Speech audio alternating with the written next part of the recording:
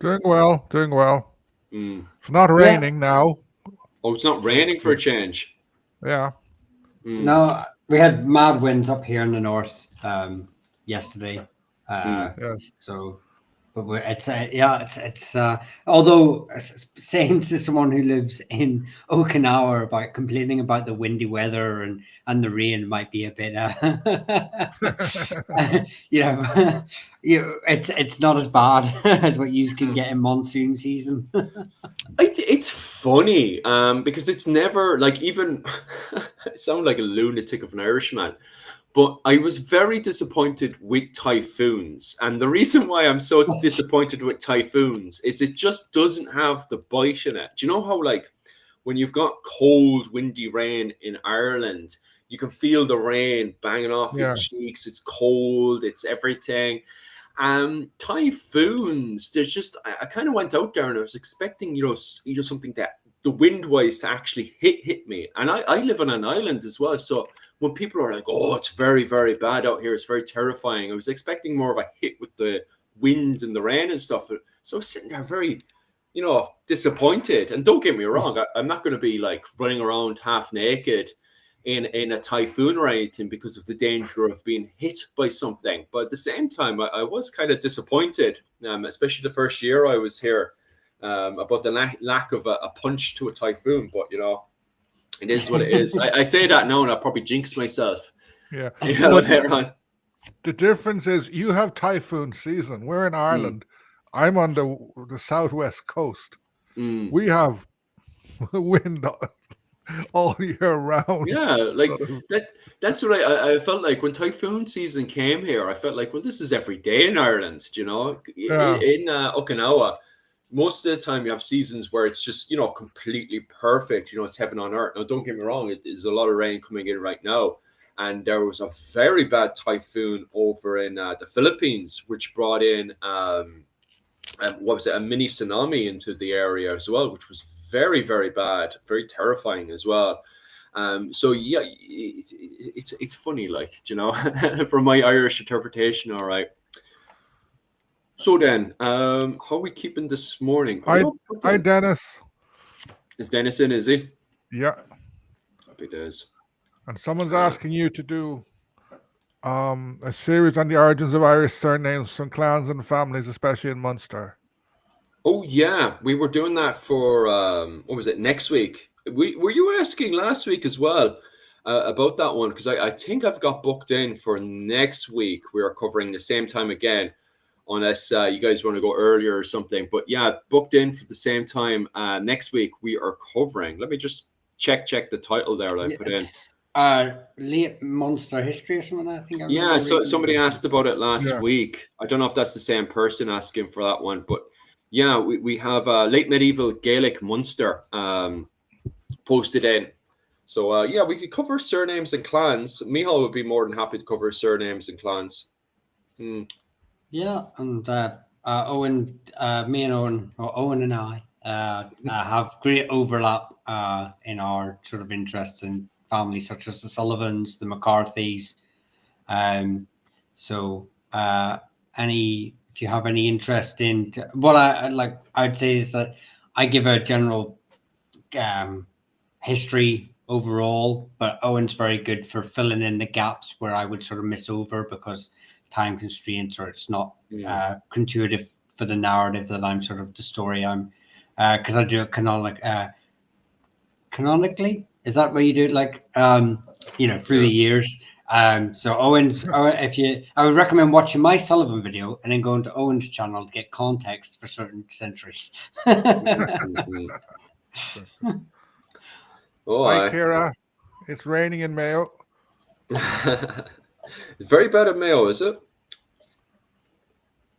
I'm all being uh, fancy with my cup this morning, my coffee. Rain in the West by Any recommendations? Our channel. Jesus, you're literally looking at them. And duh, duh, duh.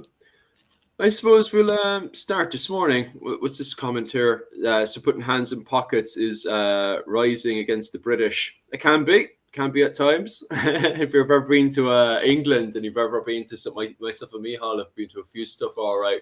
But putting your hands in pockets was definitely a protest against the British.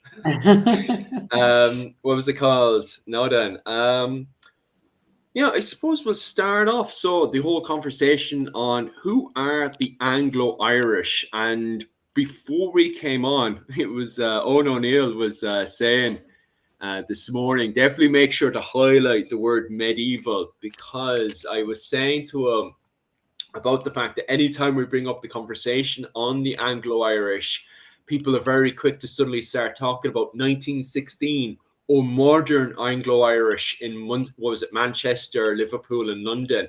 And I just want to highlight that we're not talking about 1916 today and modern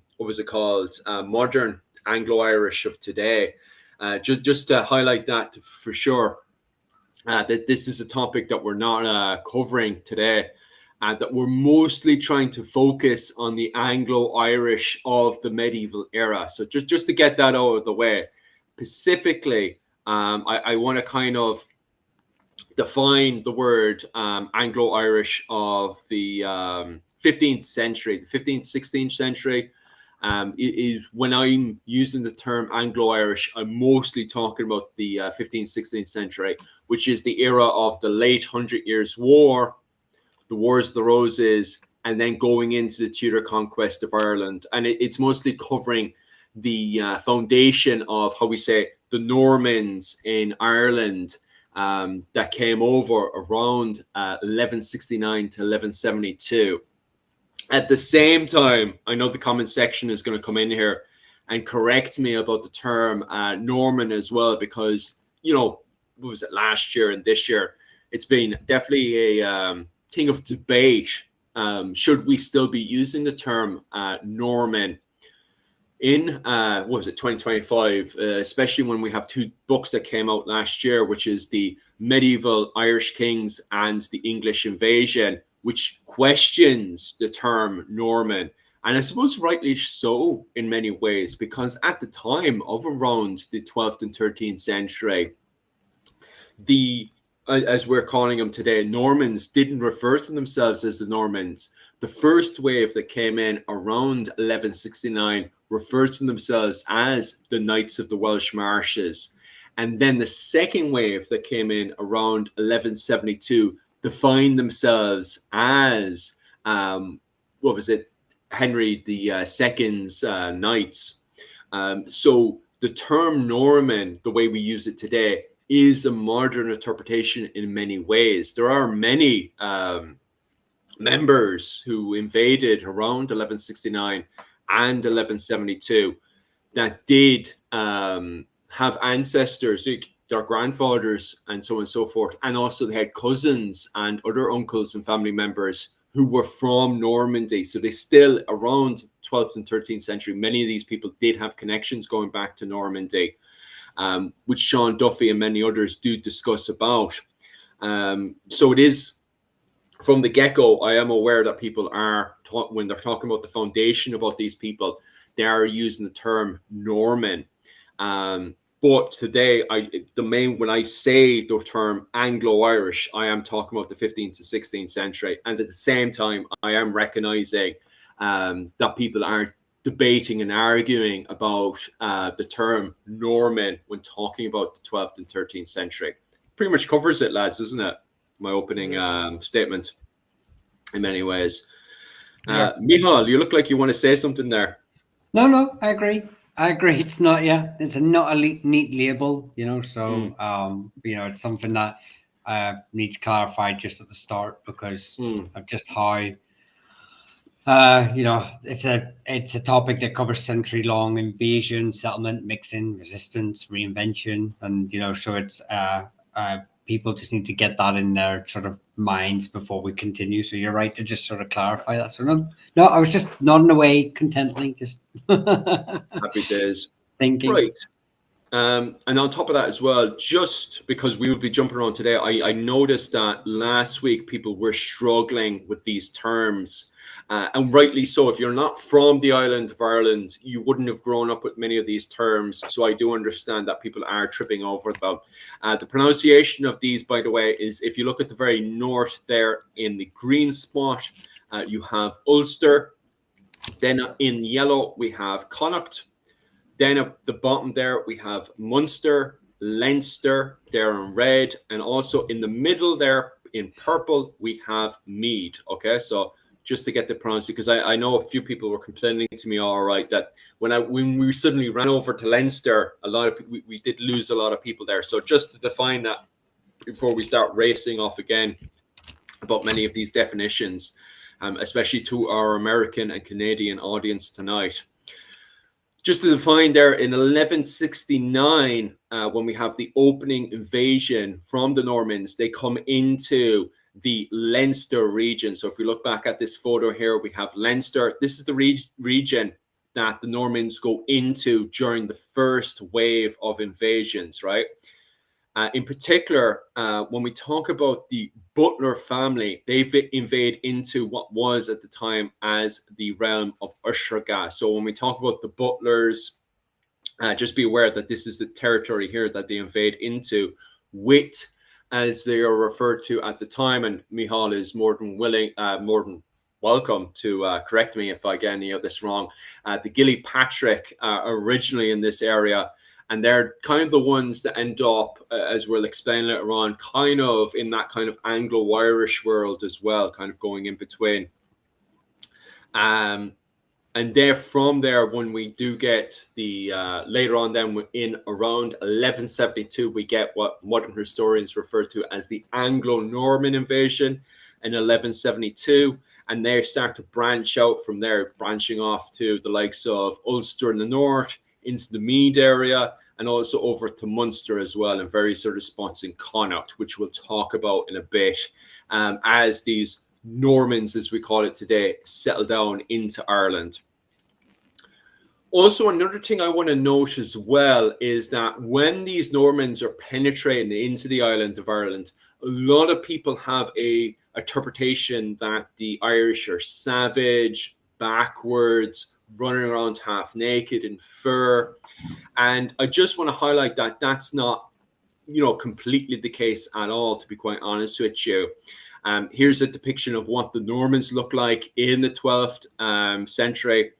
And if we look at the Lewis chess piece, which was going between Norway into Ireland at the time, it gives us an idea of the fashion at the period, which was the Hiberno-Scandinavian fashion of the 12th century, which gives us an idea that the Irish aren't entirely backwards. Like, if this is the way that people are dressing in the Isles just off of Ireland, it gives us a really good idea that the Irish at the time are not ignorant to the dress and fashion of the 12th century, that they're not running around naked compared to their Norman counterpart. No, don't get me wrong.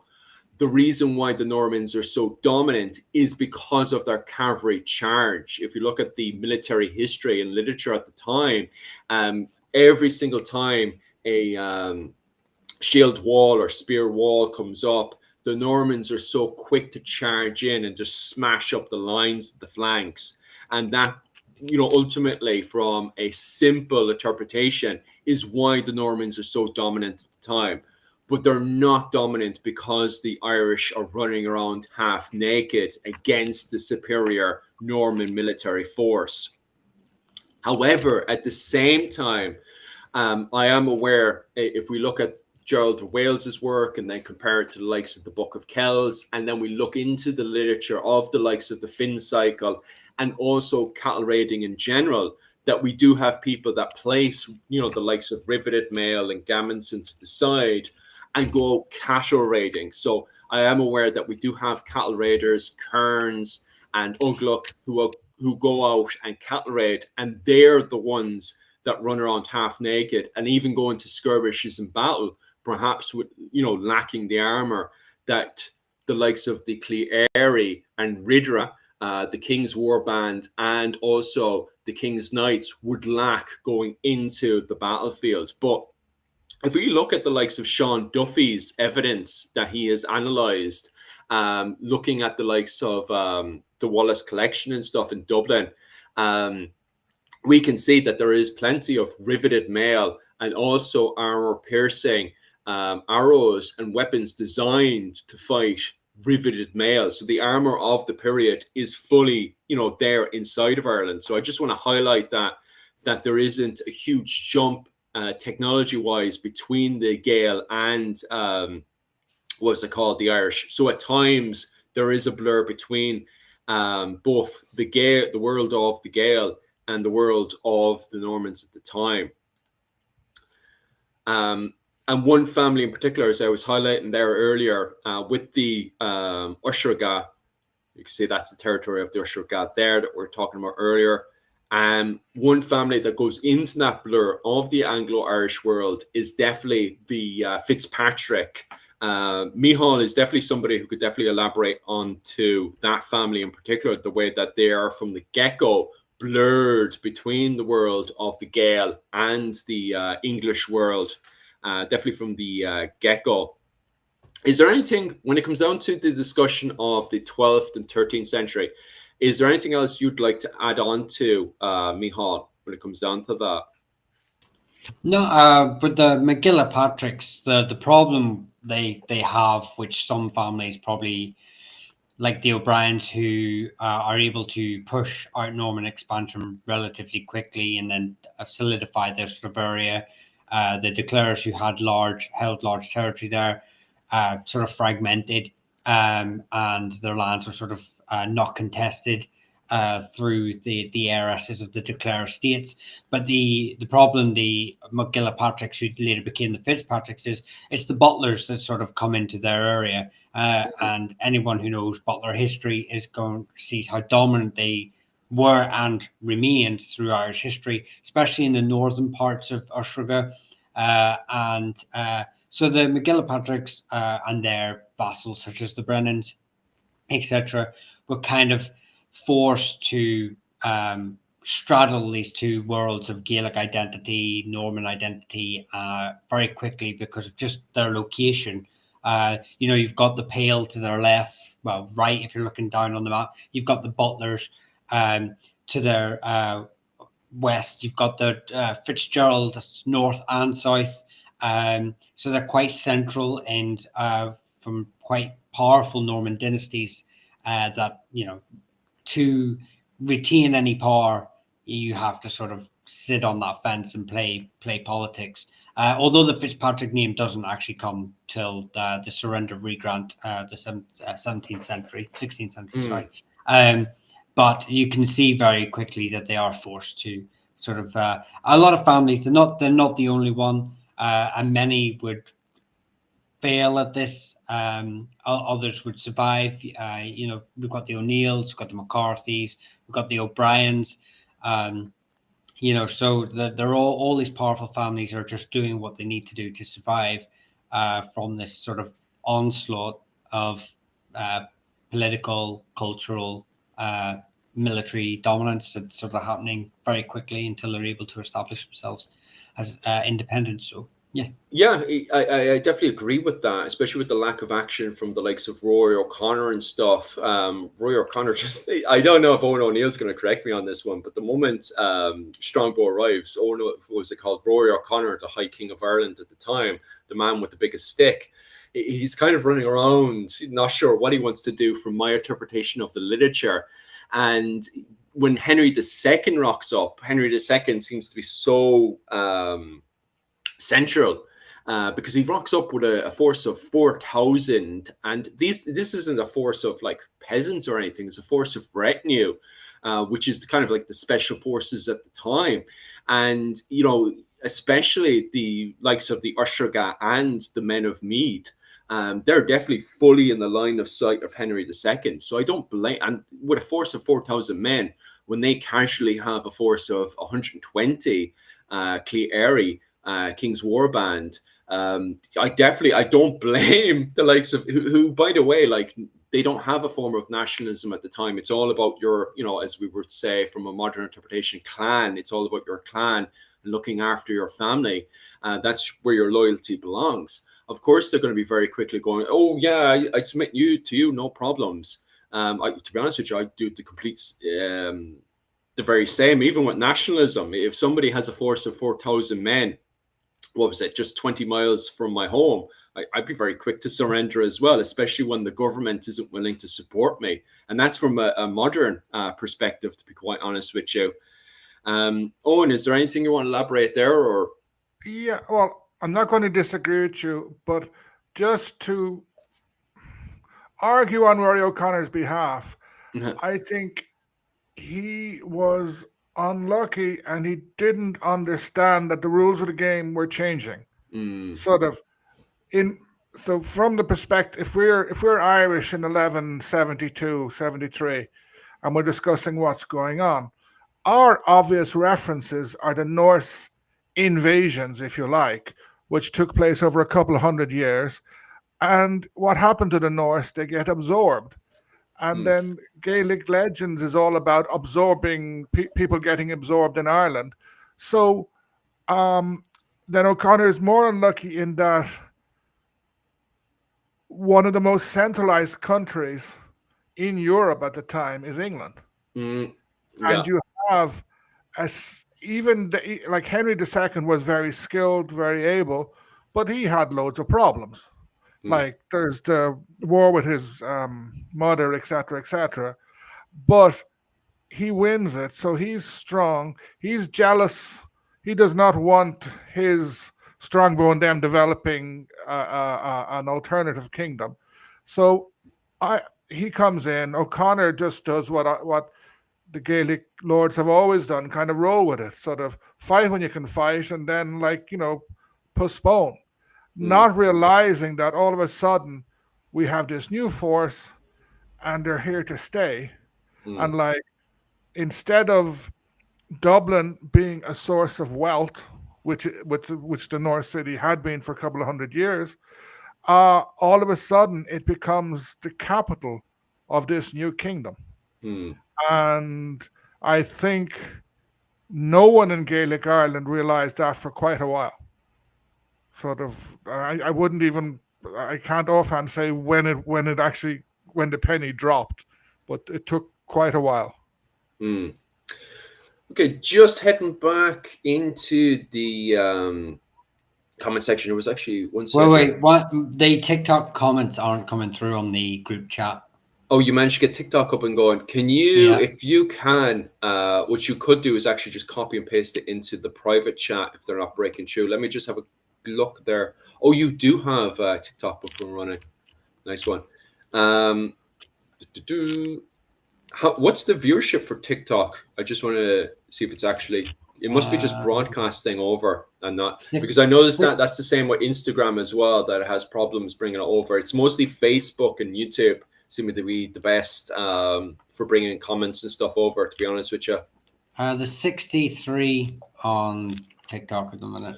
Yeah, see, that's not, yeah. Actually, yeah, it explains here, actually, if I click over, TikTok and Instagram is actually blocking its viewership onto my multi-stream. Just so everyone's aware in the comment section, I actually paid for a multi-stream. I've been using your Patreon money to pay for the multi-stream.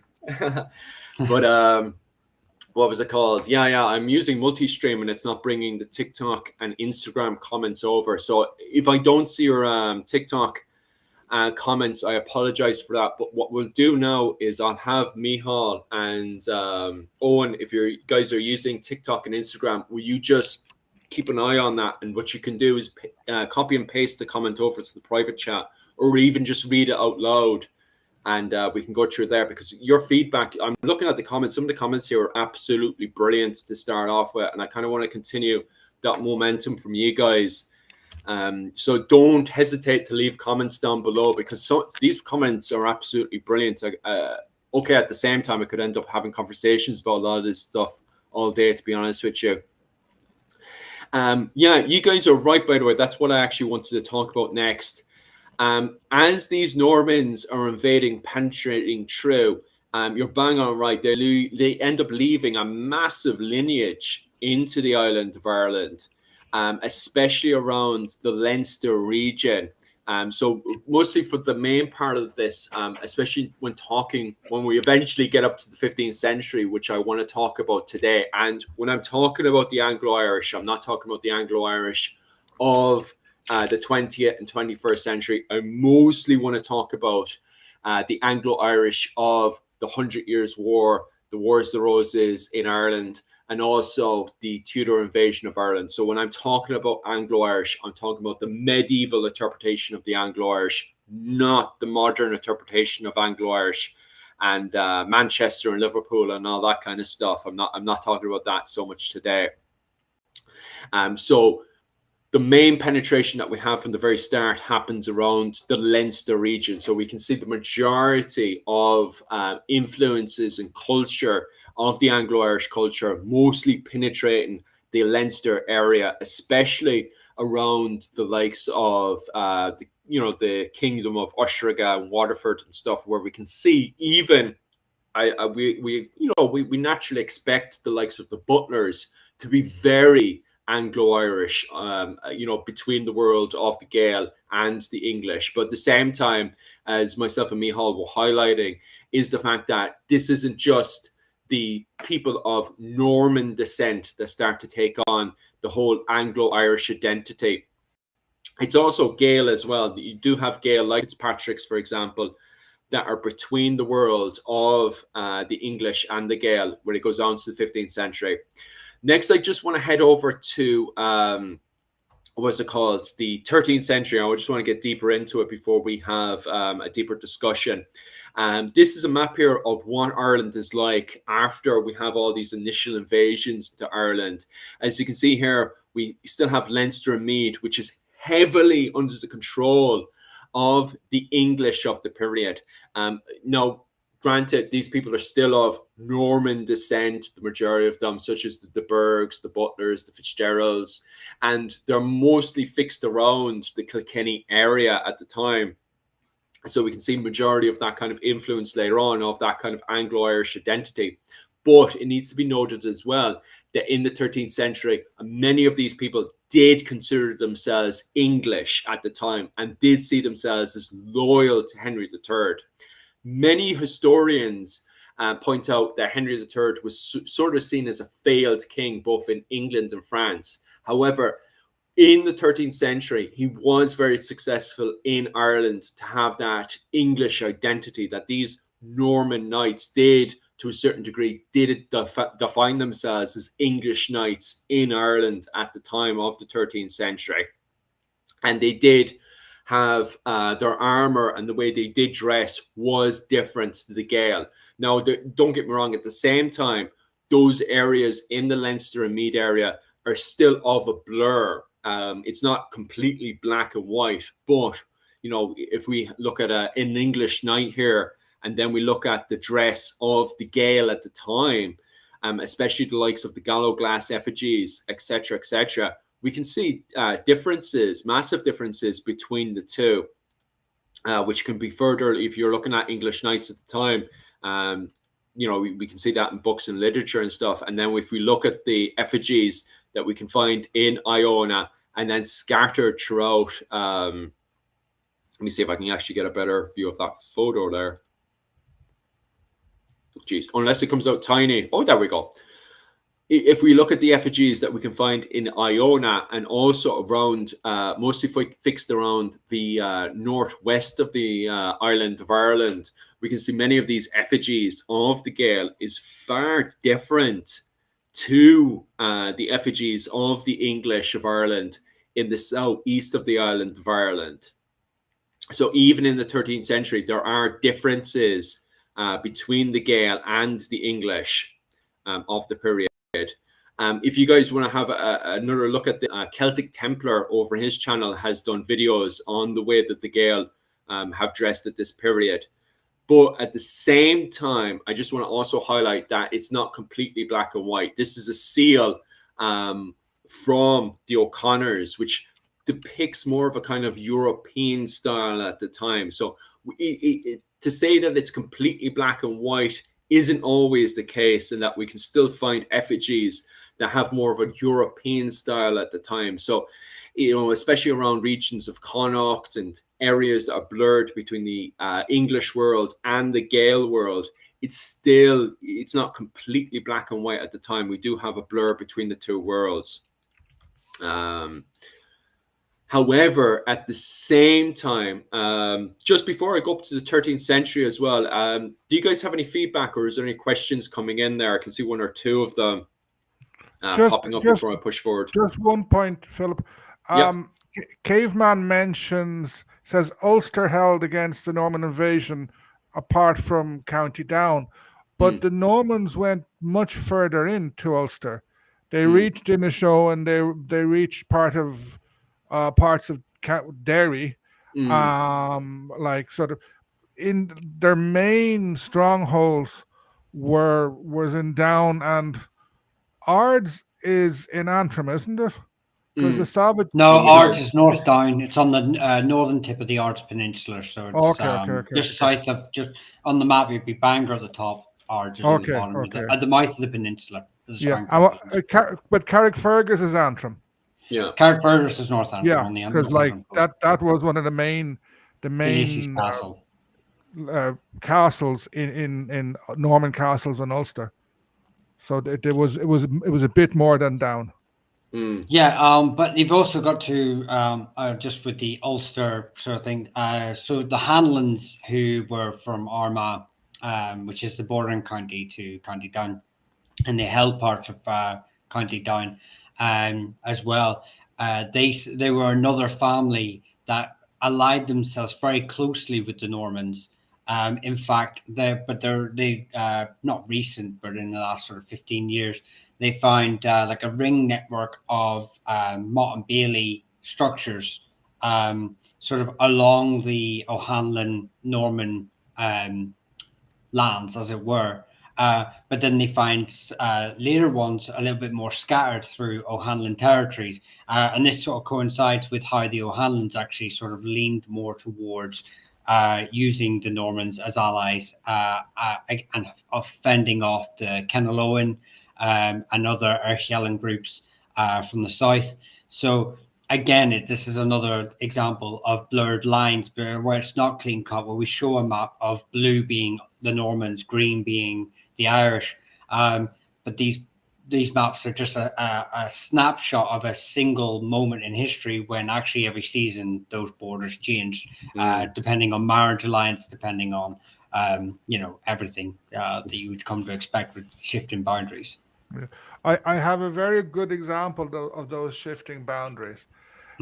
Everybody has heard of Henry Bagnall, who was killed at the Battle of the Yellow Ford. His father had fled England and come over, but a nephew of Henry Bagnall's was executed by the Cromwellians in Wexford, like in 1652 or something. He was fighting for the Confederacy.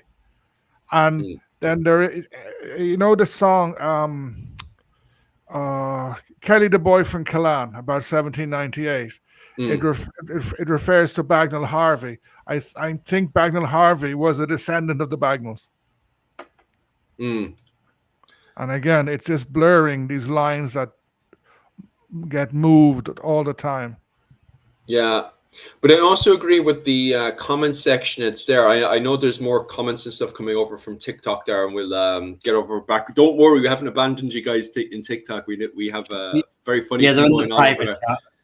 But what was it called? I do agree with what's happening over on YouTube there, where people are saying that the English couldn't hold out in Ulster, especially like I fully agree with that one. Like I think especially when we have going from Brian O'Neill's revolt around 1260 up to around 1390, that the O'Neills rightly push the English out of it, and Carrickfergus ends up taking on this kind of siege mentality, where they hold out for almost forever against both the Scots and the Irish. So I definitely do fully agree with what the comment section has to say there. Michal, is there anything else you want to elaborate when it comes down to the English in Ulster and stuff, or are we happy to push along into the comments? No, sorry, I was typing that question into the thing. I didn't realize I hadn't muted my keyboard, so just a Oh smashing no, away. it's grand. We got used to that. Yeah, there's well, I suppose this could kind of tie into Blake's question from TikTok is in the private chat here. Is so at this point in 1200 to 1300, we can say the Irish are underarmed, undermanned compared to the English. I and Owen has sort of said in a way, and I kind of agree, which is why we start to see the response from the Irish with the hiring of armed gallowglass from the Kingdom of the Isles, Scotland.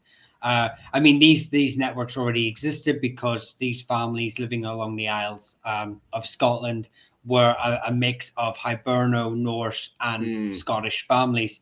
With a multitude of paternal and maternal links to all three sort of societies. So, but they have realized that very quickly, well, not quickly, in the terms of history when you're reading through it through the centuries, but obviously at the time it's a generation or two.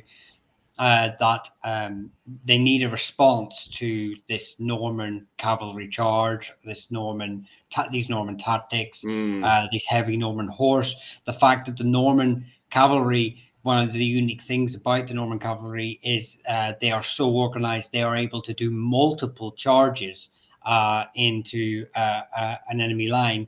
They're able to hit the line, come back, reform, hit the line, come back, regroup, hit the line, which is basically unheard of. Well, it's unheard of in Irish military tactics, and probably in most of and most of the Isles of Britain and Ireland. So, with the exception of the odd soldier who's gone to serve in foreign armies. Yeah. So yeah.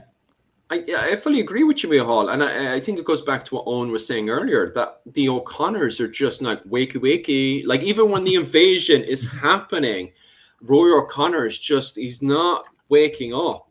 Even going as far as, from my, like, God, it frustrates me so much, Rory O'Connor's constant reaction, because I was even, my class over on Patreon, last week, was on the siege of Limerick, and even Rory O'Connor's response, holding the Treaty of Windsor and turning against the O'Briens in the siege, and I know the O'Connors and the O'Briens were rivals beforehand, and there is no form of nationalist identity, but God almighty, Rory, would you just keep on the side of the O'Briens and push the Normans and the English out of it already? Like, Christ, did you have to betray the O'Briens for the Normans? Yeah.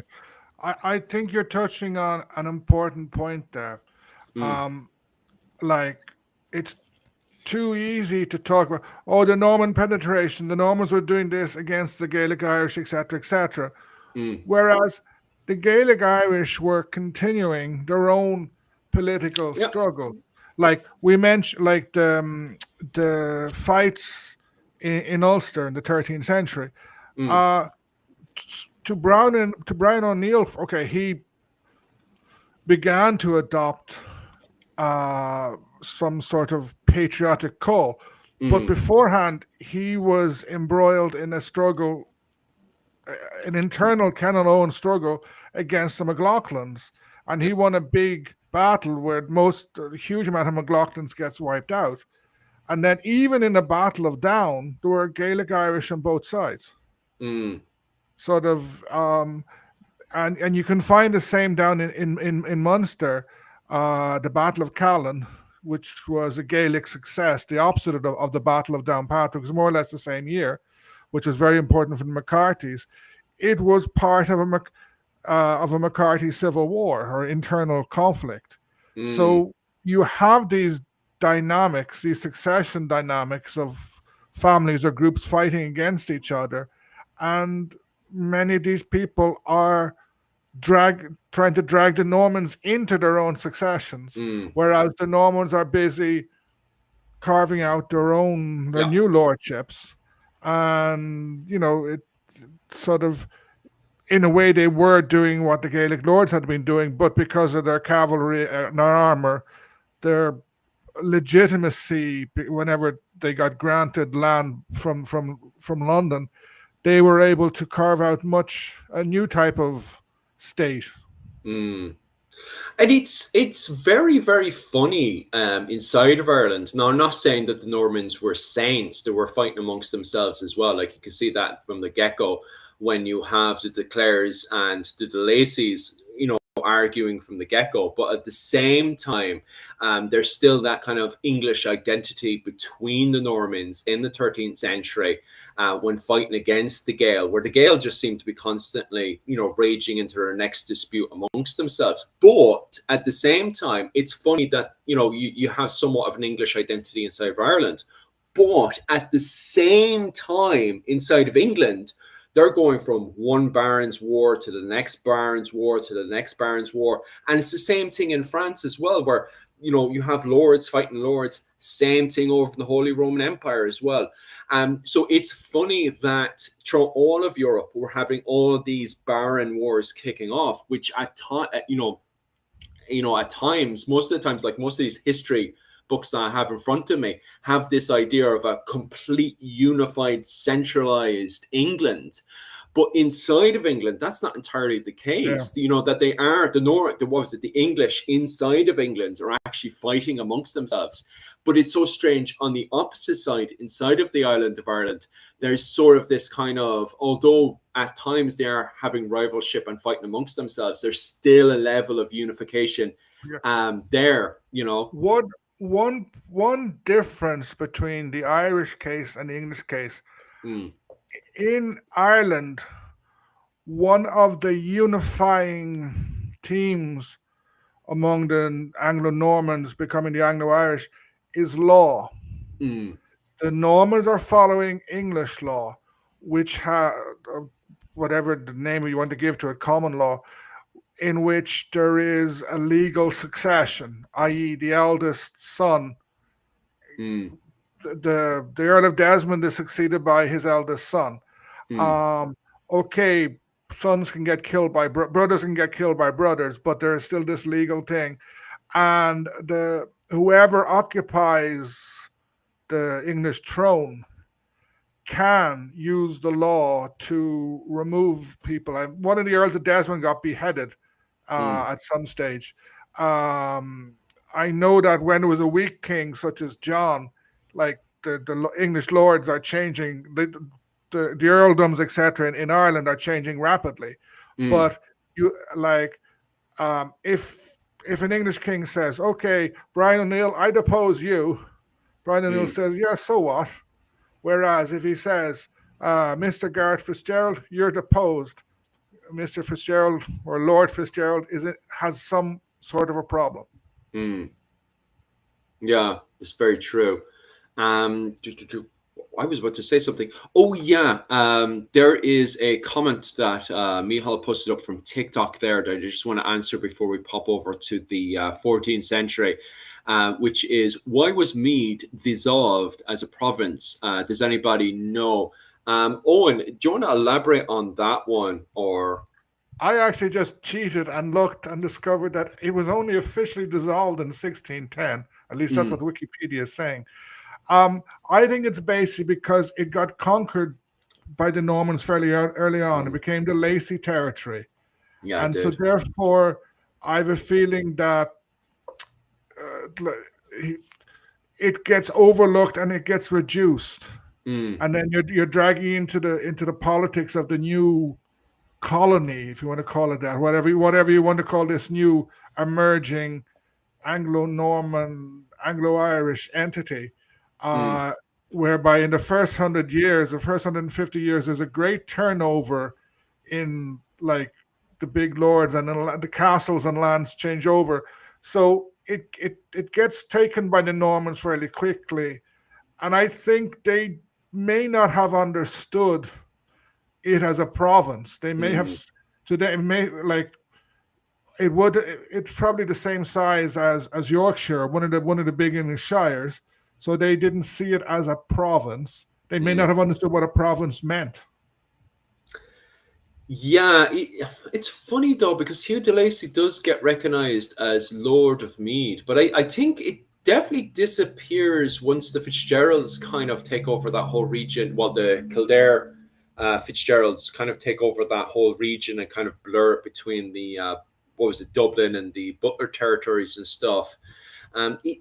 You're right though; it does become very, very blurry after, well, even leading into 1169, because even before the Norman invasion of Ireland, especially after, I could literally talk all day about this, but anyway, especially after the death of Mael Shochnall II, who was High King of Ireland, it seems to get stretched out between fighting between Connacht and the Leinster regions, especially with the likes of Diarmid MacMurrough, and that dispute with Breffni and stuff. So, because in a yeah, way, I think everyone says, "Oh, Ireland had 5 provinces."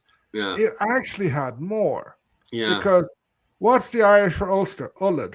mm, Ullad gets reduced by the Kennel Owen, yeah, Argilla as well. Because Ullad is kind of the northeast. mm, You have the Kingdom of Illoch, the Kennel Owen, the Kennel Connell. Then Then you have Connacht, which I'm not up. I'm not up to date with the families who ruled there. Munster, you have, oh, like, uh, um, there's Moon, South Munster, which is sort of Cork and Kerry. You have Ossory, as you mentioned. You have the O'Briens in Clare. mm, Leinster is much smaller. So you have, and then you had the North Kingdoms. So you in reality, the idea of 5 provinces was a nice idea, mm, but and like Munster itself split, so it was more than 5 provinces. yeah, So Meath becomes a county, a lordship, and then later on the provinces reemerge. yeah. But I think going back to Mead, I think after the death of Mael Shochnall II, I think Mead, after his death, it seems to get kind of sandwiched between Leinster and Connacht, between the various Tuatha that are fighting and disputing over that land in the centre of Ireland. There doesn't seem to be a leader that comes out of Mead itself that's able to push everyone back that we've seen previously from the Clan Coleman. And Um, another thing would be the rise of Dublin, yeah, especially sort of beforehand. Dublin was like a feeder town, or a purse for Mead, mm, or the king of land, whoever was the dominant king got the money. yeah, Then all of a sudden, Dublin is emerging, and yeah. Dublin is the capital. I fully agree with that. And the MacMorrows, like, especially when the MacMorrows under the likes of Diarmid MacMail and the Moore occupied Dublin, Meath definitely gets pushed off to the side. And the reason why it gets heavily disputed is because of the fertile land that's there, and also because of what it represents. If you take Meath, you've got that real kind of identity of high kingship in Ireland, I think. So definitely, instead of the, what was it, Clan Coleman becoming one of the main families in Ireland, their territory becomes the main area of fighting between the various Tuatha. And then when you have the Norman invasion of Ireland, Hugh de Lacy ends up taking over the territory and is referred to as Lord of Meath, but he ends up being assassinated. So once again, it becomes this kind of disputed land for ages. And I know Trim Castle is bunk in the middle of it with, what was it? The Mortimers somewhat dominating Trim for a while, but they never really kind of, because they spent so much time inside of England, they never really kind of identified themselves, as an Irish family and kind of branch out from there. They're always seen as the occupying English that own Trim Castle. So Meath never really gets its own identity in that, era. It's kind of just there as kind of English territory, and that's that. It kind of, and then when the Fitzgeralds take over that territory of Trim and stuff, it's kind of just left there. Like Trim Castle is literally abandoned. It never kind of becomes its Yeah. own thing again. But Like, in Mead as well, you also have Slane and Dunsany. Like, so there are a series of small lordships, marcher lordships, which survive, mm, like of Slane and Dunsany survive to the present day. mm, They were important areas. They were kind of general Dublin in the later Middle Ages because they were important castles for defending Dublin. Mm, So you didn't have a big lordship in Meath. So if you mm, have the Kildares, but Kildare, so the Fitzgeralds of Kildare rather than Meath. So Meath gets swallowed a bit by them, and then the Marcher lordships who will jump from side. They'll go with whoever's strongest. Yeah, I definitely agree with that one for sure. TikTok trying to push us back into the conversation of the Anglo-Irish again, highlighting the fact that the statutes of Kilkenny was definitely the changing point. And funny enough, I do actually have the statutes of Kilkenny in the PowerPoint today. So you literally read my mind. And you're perfectly right in the comment section over on TikTok, because although there is, under the rule of Henry III in the 13th century, we do, as we're saying, quote unquote, the Anglo-Normans have define themselves as English in the 13th century. That all changes again once Edward I takes over. He brings in a lot of laws that kind of divide England and Ireland. And it's from that point that we start to see the foundations and definitely the transformation from these Norman lords that defined themselves as English in the 13th century, then slightly transforming and starting to go from their old French culture and start transforming into this kind of Gaelic culture. But at the same time, I wouldn't say that there's a full transformation. I know that there's the saying, more Irish than the Irish themselves, which is still very much disputed and argued. And as I go through my main points here again, it will definitely dig up the fact, and you guys will definitely start arguing: were they more Irish than the Irish themselves, or were they still holding very much onto their English identity? Because I have a good few sources and stuff that would say differently. But you can definitely see that transformation starting to happen when Edward I takes over. And then as we're going, because the Gael are starting to radically beat back the English forces inside of Ireland, with the Scottish War of Independence, with the arrival of Edward the Bruce onto the island of Ireland. And then we have the Little Ice Age kicking off in the island of Ireland, which makes life not just difficult for the Irish, of course, but also the English inside of Ireland. And then, the hammer being the Black Death suddenly kicks in. You also have the likes of the Fitzgeralds, especially the Desmond Fitzgeralds, which are being a little bit naughty at the time. And even allegedly, the likes of Desmond Fitzgerald allegedly pushing for the High Kingship of Ireland when he goes off and marries into the likes of the O'Briens and stuff. So there is definitely transformation and changes happening there inside of the island of Ireland.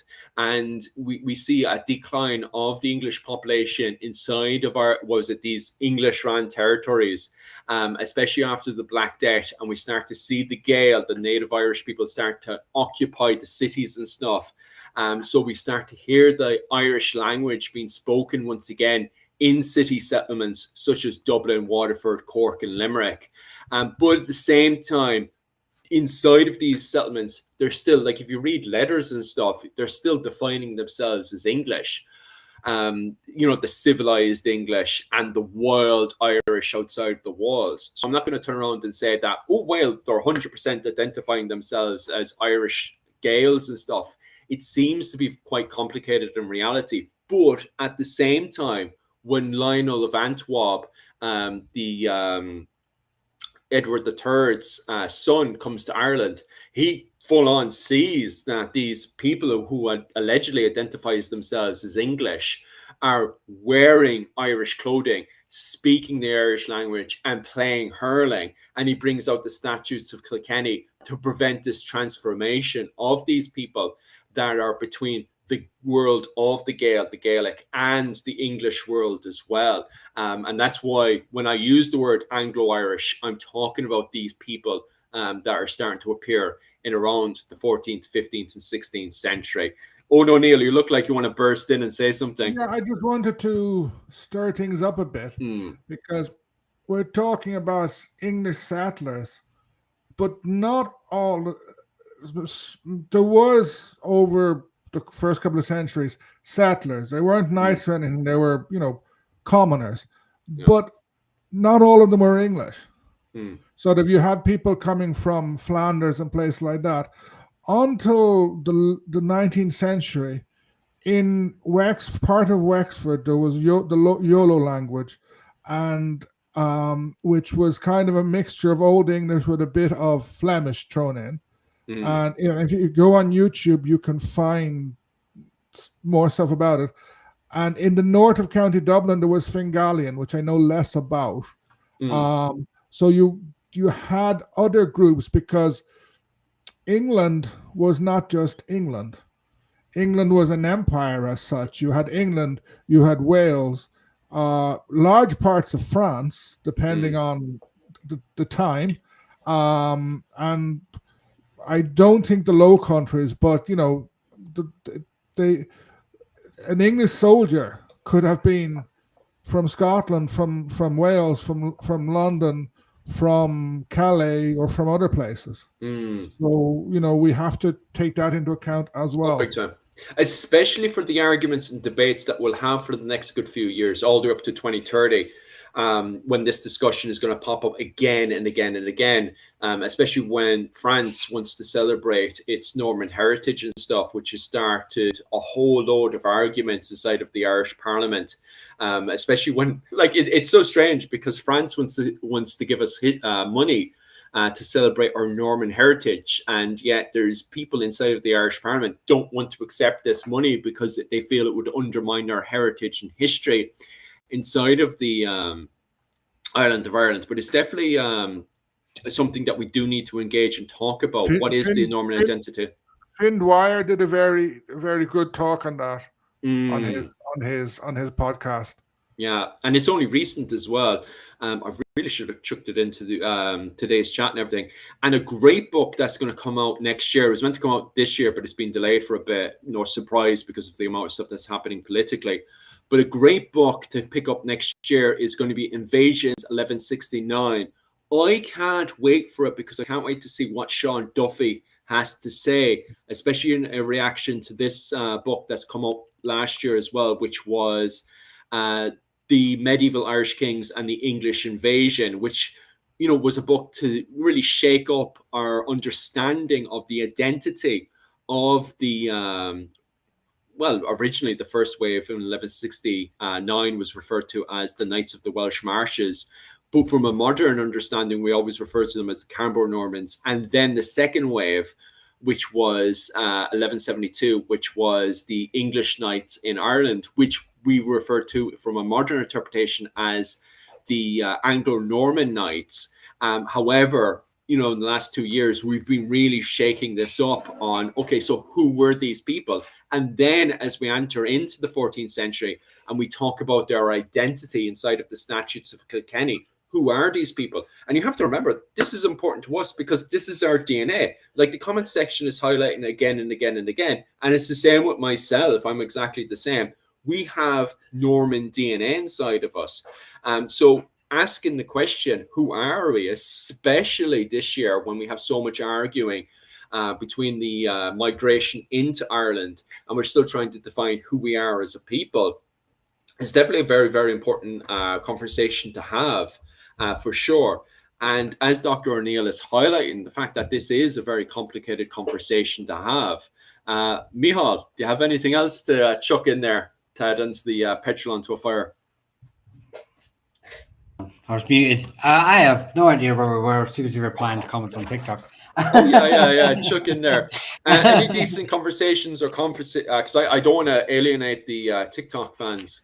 No, they're all copied into our private chat. So we had Blake was sort of asking, he was saying Connacht is huge in terms of, they're going back just quickly, I'll answer it though. Connacht is huge in terms of relativity. There were tons of clans, surely, and the answer is yes. Mostly the king group that is associated with Connacht is the Ebruin, which broke up into the Ebruin I, which is the O'Connors, the Ebruin Sola, who's the O'Flahertys, the Ebruin Emal, who are the O'Malleys, and the Ebruin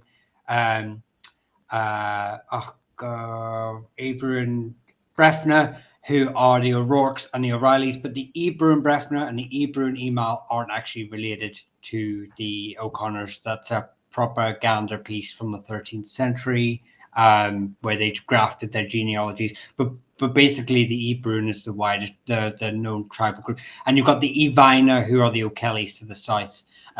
So that's Blake. And then it's another one, OTC. Who settled Irish inside unchanged colonial institutions today? I don't understand that question. Because we So don't really have, like, the institutions, there are no unchanged colonial institutions. Institutions changed all the time, but like, sort of, I don't know, Dublin Castle would be the oldest one, and that's run by Irish civil servants. Yeah, I seen it this week when the president of Ireland had done her coronation inside of Dublin. I know why this is a conversation because I've seen a few TikTokers highlight the fact that it's great to see a woman inside of Dublin Castle being recognized as the Irish, doing her, being recognized as the Irish president inside the Dublin Castle and stuff, because for 800 years the British have occupied. But I feel like it feeds sort of into the myth that for 800 years we've been occupied by the British, when in reality it seems to be quite, complicated and stuff. I can understand the symbolism of it, we've been occupied for 800 years and all that stuff. But in reality, it's very, very, as Michal highlighted earlier, blurred at times, especially when we go into the 15th century and we have this kind of Anglo-Irish identity. Because as I highlight in the next map here, that Anglo-Irish territory is very kind of blurred between the Irish and the English. Like even the Anglo-Irish themselves, they're not paying the tax that they should be. The likes of the Fitzgeralds and the Butlers are not paying their tax over to the English the way they should be. And in fact, you have the likes of Art MacMore Cavanagh in 1370, and then again in 1399, going into Dublin and literally taking the tribute. Like Dublin is paying tribute to the MacMorras in the 14th and 15th century. So it's funny. And then you have the Fitzgeralds later on going into the Wars of the Roses, completely taking over the administration of Dublin. So the idea of 800 years of occupation is at times funny, do you know? Yeah, and like even that map is a bit dodgy. Yeah. Because it's trying to impose a very fluid situation on, like, and they're like, for example, the O'Connor Kerry is missing. They were Gaelic lords in the northeast of Kerry, and there it seems to be like Earldom of Ormond is reaching Limerick City, which I don't think it did. And like within the Earldom of Ormond, most people, while you would have had Kilkenny where there would have been English speakers, most of the people would have been speaking Irish. The same in the Earldom of Desmond, and probably there would have been a large number of Irish speakers in the Earldom of Kildare and within the Pale. Yeah. What was it called? Michal, you haven't heard of that surname, have you? I know it's gone slightly off topic there. Just no, question there in the comment section. No, I haven't actually. That's how's it pronounced? Because if it's Rabbi or Rebi, or it may help its phonetic. If I get the phonetic, then I'll be able to sort of work back. You haven't heard of it, Owen, have you?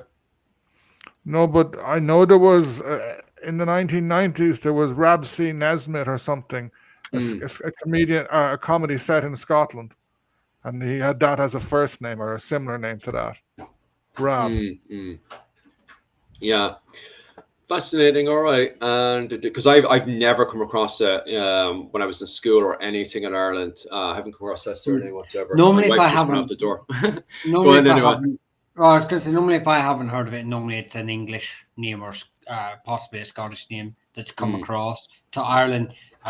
That's sort of my weaker area of study. So, It unless they're it the could Normans. it could well be a version of a French, a Dutch, a German surname that went to England and got changed because like there's a lot, or mm, a small village in England. I don't know. mm.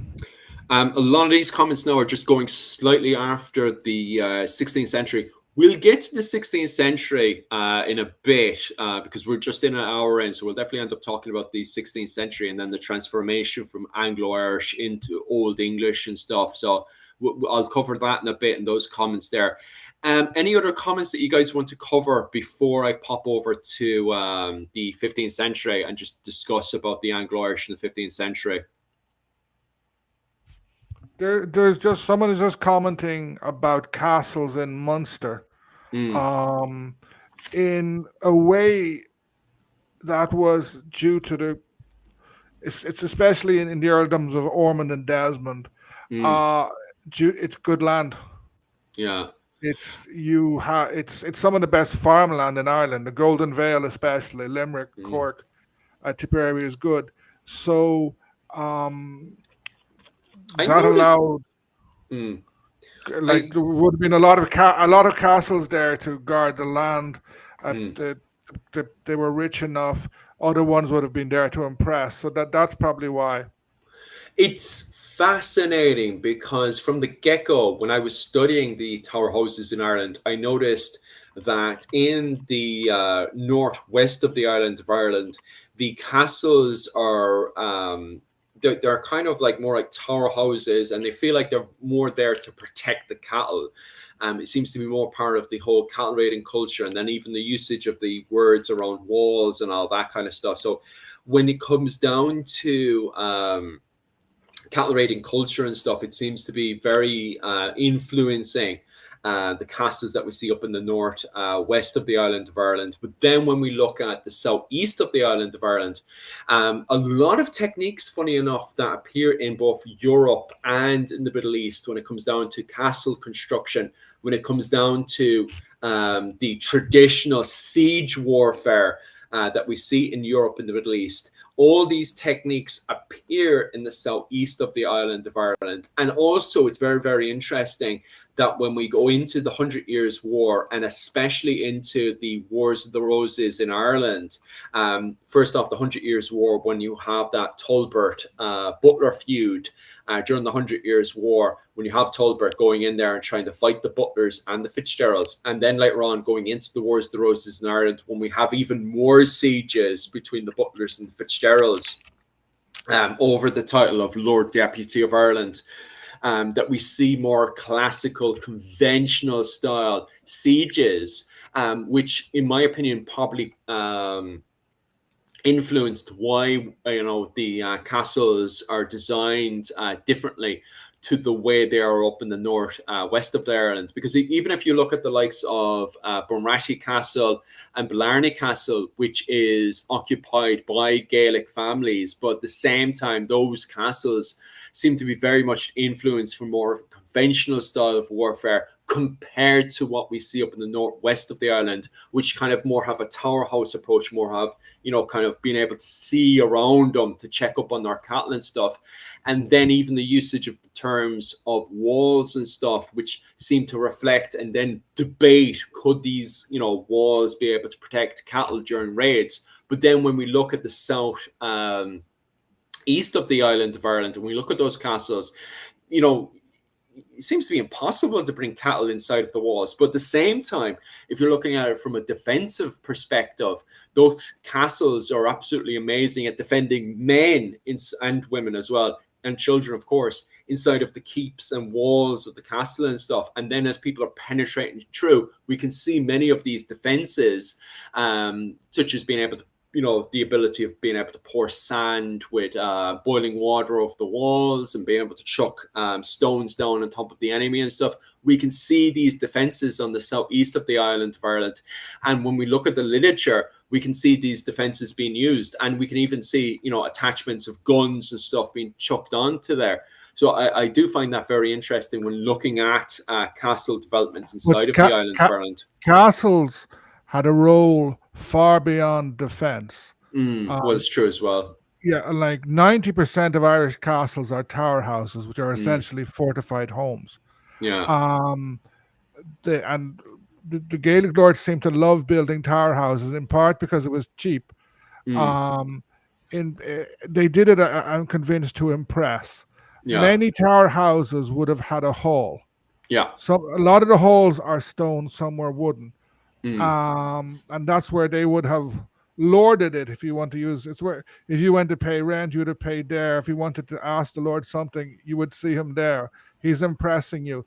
But at the same time, the Gaelic Irish, had no compulsion in knocking down their own castles. The mm, English were coming, so they knocked down their own castles, kind of going like, boo hoo hoo, you're not going to catch my castle, I just took yeah. it down, which the You English see, struggled to understand. yeah. Well, we also have reference. Obviously, they're referring to, in some places like the O'Donnells, have a reference to a palace in Mm, the annals. Now, obviously, this is there. It's not a palace like we would think in a Romanesque, King Louis Bourbon of France, sort of. Yeah. Can't remember the name of it, but but they are referring to it as their palace, and this is another reflection of European sort of influences coming in, and the terminology being used. But it's also how they envisage it as this mm, grand status, this like, look, I've built this palace, this grand monument to my wealth, my prestige, my lineage. And but at the same time, like Orna says, within, I can't remember which O'Donnell it is, but within a generation, this grand palace is gone. It's mm, not being used by the next generation. It's all but like lost. Yeah, by most historians, unless you study the area of Donegal.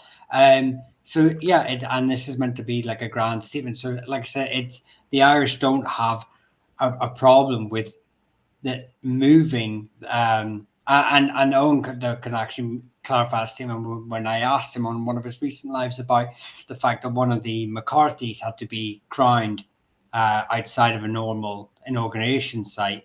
How this would sort of be interpreted. And it just you probably want to clarify that a bit better, but that just shows that there is a great sentiment to certain places, but there's also a certain sense of practicality about it as well, in that mm, holding this Yeah. sentiment to a specific location when you are surrounded by these encroaching Normans isn't really best advised. mm, mm, mm, mm. It's funny you mentioned Palace, because outside Killarney, actually near one of the most touristy parts of the Killarney Lakes, there is an area called Palace, Pallis, and that was one of McCarthy Moore's main bases. It was his palace at some stage. It got Mm. spelt in Irish like that, and then the name stayed. There may be a castle there. I'm not sure. I'd have to check, or like the ruin of a castle. Mm, mm. But yeah, you're still bang on right there, Owen, when you turn around and say that Tower Houses became the main assembly area. Just to update everybody, originally the main assembly area, and I'm obviously up for correction on this one, was the monastic settlements during the early medieval period, especially between 550 going up to around the 12th century. And then as we go into the High Middle Ages, and it's very much debated if the O'Connors had tower houses in Ireland before the arrival of the Normans, the Mountain Bailey castles. But regardless, we see that transformation starting to happening in the High Middle Ages as we go into the late medieval period. And definitely by the time we get up to, the statutes of Kilkenny and stuff, we can see assemblies happening, not just for the Gael of Ireland and everything, but even for the Butlers and the Fitzgeralds, most of their assemblies, from my understanding, are happening inside of these castles as well. Like when they're doing their parliament, they're not running their parliament in Dublin. They're having assemblies in the likes of Kilkenny Castle and also Kildare Castle as well, the name of Kildare Castle now has popped out of my head. And there's a few people in my comment section going to get mad at me now in a second, and I apologize. I can't remember. Maynooth. That's the one. Maynooth Castle is the one where they're having their assemblies alike of the Irish Parliament, which is, in my opinion, like very similar to the same kind of. I know there's differences, especially when we look at from the English literature, especially when they have to wear English dress. Like later on, in the period of the Tudors and stuff, we have Gael that are going to what was it, Irish Parliament, but they have to wear English dress and stuff. So from an English perspective, it's still very English, but from my perspective, looking at the literature, there still seems to be that kind of hint of Gael going into the Irish Parliament, especially in the 15th century before the arrival of the Tudors. Well, you also have the Burkes who famously go across and submit and promise to wear English dress, and they wear English dress to Parliament, and then they immediately cross the Shannon and literally just take off their, in some grand gesture, take off their English clothing and don like Irish clothing across the banks. It's stated across. Now, this is obviously their own words, their own sort of propaganda, but they're stating that they did it like in full view of the English garrison on the other side of the Shannon. Like, and we donned the saffron. But that I have no doubt. But that's, even if that's physical act never happened, it certainly conveys the imagery that they wanted to put across to the reader and to the people of the time, that they are being forced to do this thing to comply to Englishness, but at the same time, when they get home, when they get to their night dressing gowns and their slippers on, they're listening to that Irish music, not English music, to go to sleep to. It's interesting as well, because the reason why I highlighted this next picture is because this literal book is written by the Burkes. The Burkes actually put together an entire book where they kind of highlight themselves in their Anglo-Irish armor. No, in a bit, I'll complicate things again, but I just want to highlight that by the time we do get into the 15th and 16th century, that the Anglo-Irish do, their armor is starting to evolve away from the typical English armor. Now, at the same time, this is a period where people have multiple sets of armor, and I need to highlight that because that becomes very important in a bit.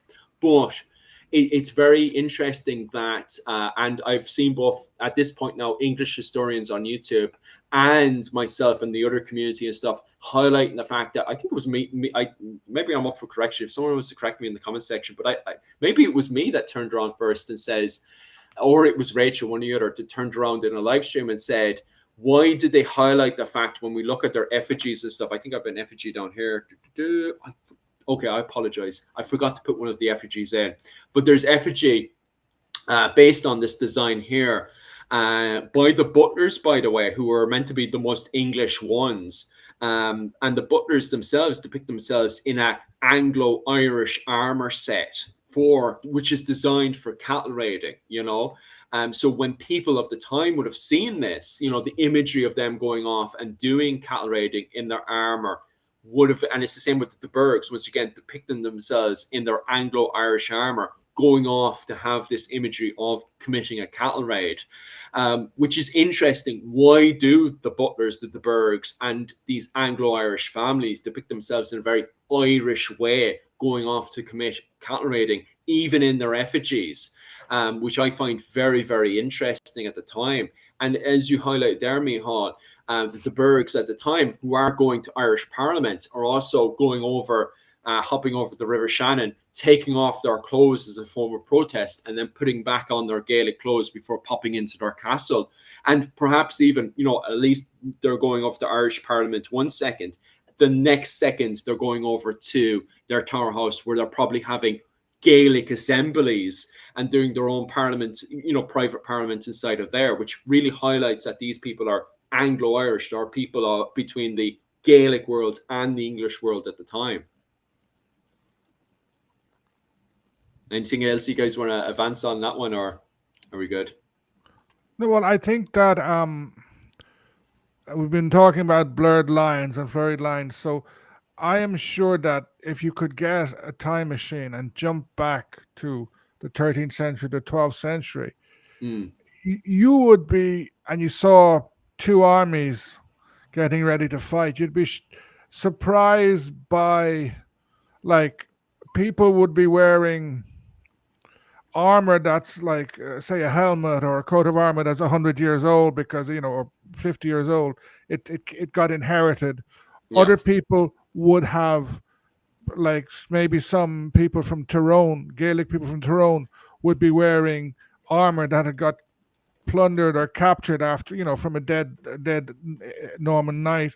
There would have Mm. been a great blurring on both sides, and then you'd see, this is the so-called English army. Hold on, why are all these people like dressed like Gaelic, sort of, and they're Yeah. not even speaking English?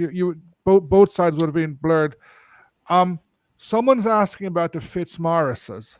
Mm. Can I just give a quick Yeah. Is that on our Gar- own comment section or the yeah, TikTok? yeah, yeah. It's Garlic not is in our asking own. about It's the in our own. Fitzmaurices. Mm. The Fitzmaurices were a minor branch of the Desmonds of Fitzgerald. They Mm. were based in Lixnaw, which Lixnaw, it's slightly north of Tralee. Um, they had a very complicated relationship with the Earls of Desmond. Uh, they were often close to O'Connor Kerry, and, like, they had, theoretically they were under the Earl of Desmond, but they were always semi-independent. In the 9 Years' War, they were very strongly pro Hugh O'Neill. They survived the 9 Years' War. I think in the Cromwellian Wars, they were on the sort of the Irish side, but not sure about that. But in the 18th century, they anglicized themselves, and they married into an English family. I can't remember which one. And in Lixnaw, they had a big, big mansion, and they became fabulously wealthy. And then the the money got blown, and, like, they no longer exist. I You can find a mansion in Kerry, but I think there's not much of it left. Mm. Anything else you guys want to elaborate on when it comes down to the questions and stuff? Mihal, you seem to be eyeing up someone there. Yeah, no, I'm just making sure that similar questions are being answered. But I think some of them we've just probably gone way past that point in the topic. So Someone's asking about Sheila gigs, because I just see it now. It's Sheila gigs are medieval. They're not Mm. pagan or anything like that, and they're not just Irish. They're found in England and elsewhere. Um, like, I think they're kind of related to gargoyles in a way. They're to remind people to be good in some sort of way. Um, Ronald Hutton is very good talking about Sheila gigs and their real origins. Mm. Oh, definitely. Just to highlight as well, just get back into the conversation before I hop back over, just to finish off my side of the conversation before we dive deeper into the whole Anglo-Irish thing, and then also dive into the comment section and stuff. So basically, at this point, we can identify that the Anglo-Irish do have their own unique kind of Irish Gaelic armor. But the keynote here, which definitely fits into the style of warfare that we see in Ireland at the time, of this kind of cattle raiding culture, where you have here, we can see the Gallo Glass and the Kerns going in there to steal cattle. And we know from the laws that are brought in by the Desmond Fitzgeralds to the Irish Parliament, the coin and levy laws that allow them to raise these Gaelic military forces. And we can imagine the Desmond Fitzgeralds themselves dressed like this, going off to do the cattle raids and stuff. And in many ways, not just part of Irish warfare inside of Ireland, but also very the symbolism, the symbols that go with it as well. As you guys highlighted there, that these people would have brought the weapons of their grandfathers over, and they would have brought weapons that were kind of had a kind of mythology behind them and stuff, because it was important for the cattle raids, especially if you're reading the likes of the Finn Cycle and the Tomba Cooley, which is very romanticized within Anglo-Irish communities at the time. Here's another photo just to kind of get it out of the way of the depiction and how the Anglo-Irish wanted to depict themselves at the time. But at the same time, these people haven't completely abandoned their English ways as well. They're still connected to England, believe it or not. We can see that during the Wars of the Roses, where we have the various families such as the Desmond Fitzgeralds and the Butlers, who, although take part in cattle raiding, have Brehon law. We have Brehon judges going into the likes of Kilkenny and also to the Desmond Fitzgeralds to bring in Irish law to the Gaels, but at the same time, they haven't completely abandoned ship when it comes down to their English culture. We can see that in the Wars of the Roses, where we have the Butlers and Fitzgeralds going to the London court, taking part in battles inside of England, but they have English armor. So not only do they have Irish armor, as we can see here, but if we look at recent work that's come out, when it comes down to the Battle of Stokefield, for example, the Anglo-Irish still have English armor. And although they do apply Gaelic warfare, such as the usage of kerns and hobler horses into their Anglo-Irish military, they still have English forces as well. They're still using pole arms. They're still using longbowmen. They still have full plate armor to be able to hold the shield wall or spear wall, depending on your interpretation. But regardless, this is an English-Irish group of people at the time. They are a people that's between both the English world and the Irish world at the time. So I definitely, when people are talking and arguing about the definition of what it is to be Anglo-Irish, a lot of people look at it from an ethnic identity. And that's not how I applied the word Anglo-Irish. The usage of the word Anglo-Irish in the 15th century, from the way I use the word, is a people that's between both the English world and the Irish world at the time. Anything else you guys want to elaborate on before I pop over to the comment section? No, that's fine. I just have another depiction there of how I actually put this into what I did as I got a hold of imagery of both the Gaelic women and also imagery from the Anglo-Irish as well, and how they dressed. And I kind of, when I put this into ChatGPT, it kind of gave me this image of how people would have dressed in the southeast of the island of Ireland at the time, that we can see those influences from both the Gaelic world and the English world going into the 15th century. So not only do we have a people that would have had their set of armor, which would have been very Gaelic, they would have also had their set of armor that's very English, but even the way they dressed would have been between both the English world and the Gaelic world as well. So I think that, definition of Anglo-Irish is definitely very fitting.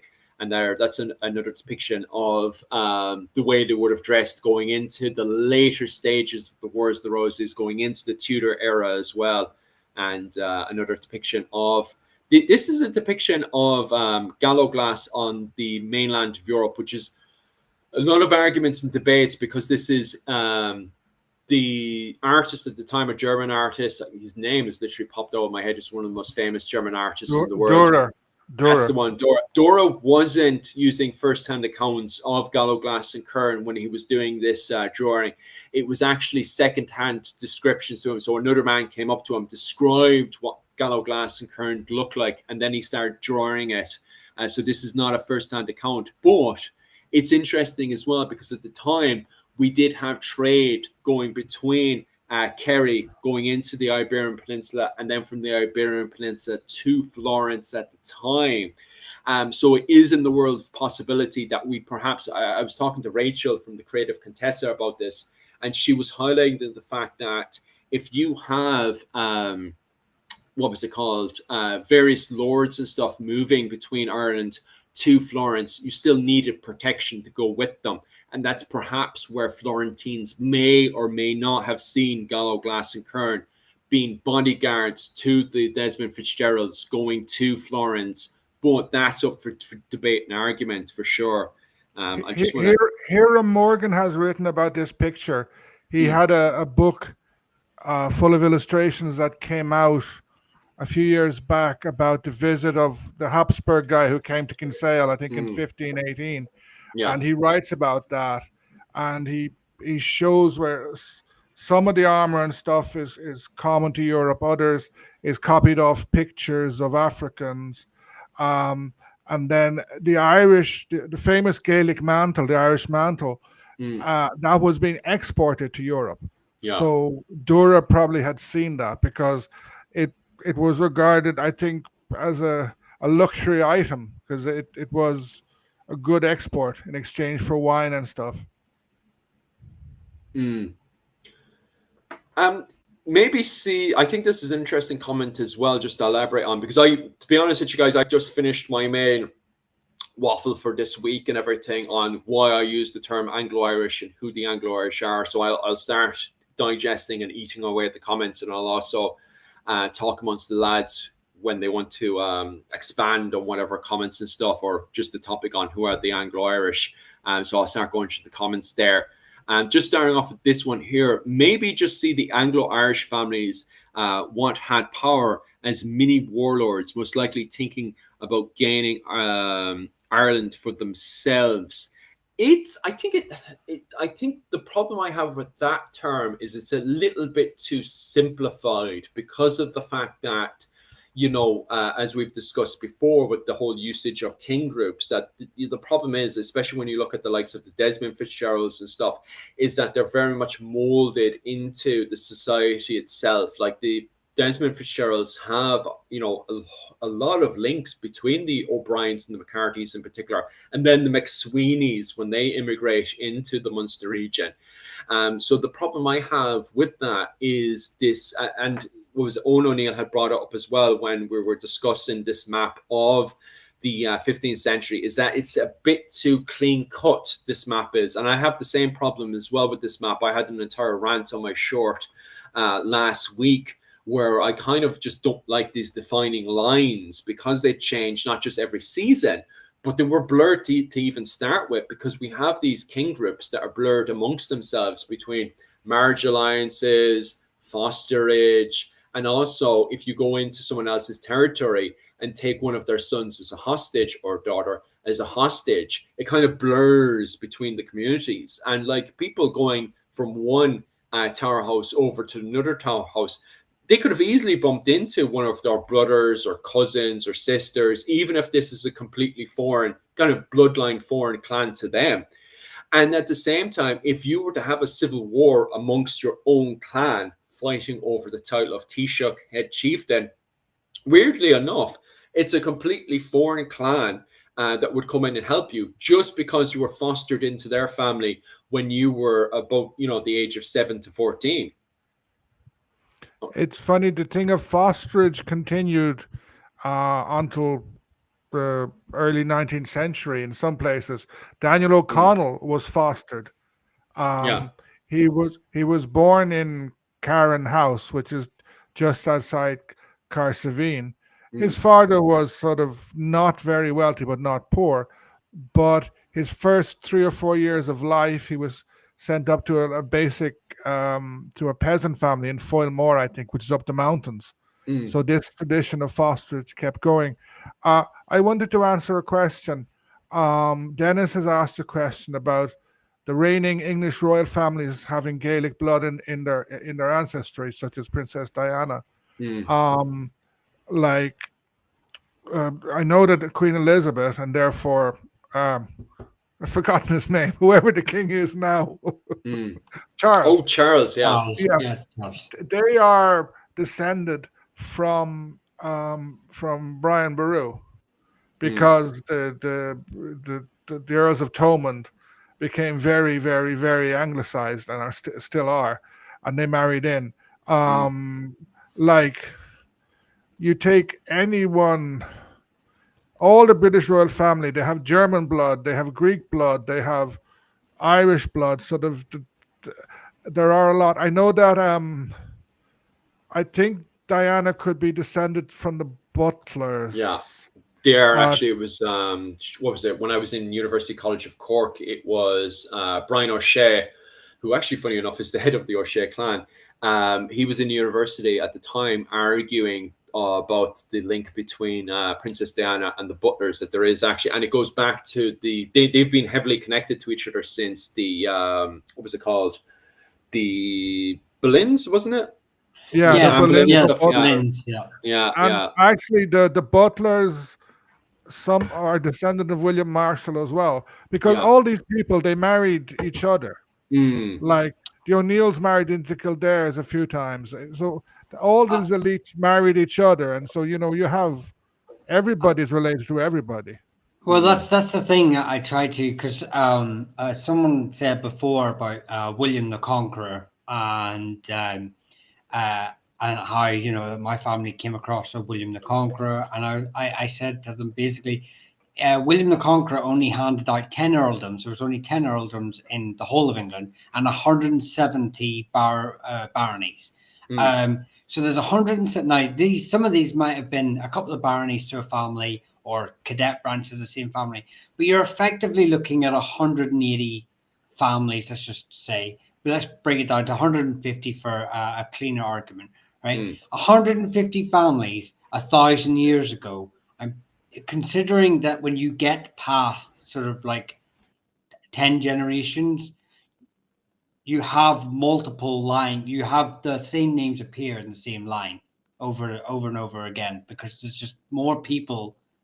You're related to more people than were alive at that time, so we're all related. Uh, like I read someone was talking about 99 hostages, sort of using mathematics to say he I don't know how many million descendants he would have now. Yeah. Sort of when you go back far enough, we're all probably have some sort of link to Brian Boru Mm. or to Nile of the Nine Hostages. We all have some Norman blood, Norman genes in us, Because of the etc., etc. because of the explosion of the Irish Americans, I think Nile of the Nine Hostages DNA is rivaling Genghis Khan. It's somewhere between Genghis Khan, Charlemagne, and Nile of the Nine Hostages. But that's because of the explosion of the Irish Americans, and now we have the explosion of Irish Australians now as well. So Nile's DNA is definitely getting out there. Like, That's Kevin was sort of asking about DNA as well, mm, and I'll just quickly touch on while we're on the subject. First, yeah, he'd said about the I can't remember what haplogroup it was, a haplogroup it was, but I do remember it was the Leinster haplogroup with the Kavanaghs and the Burns, RMZ22, I think it is. Anyway, mm, yes, they are.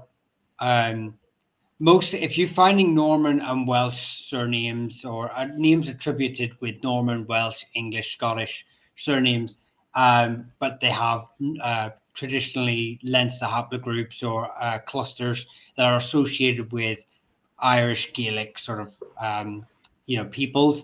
Uh, Normally, you could put that down to uh, names changing over time through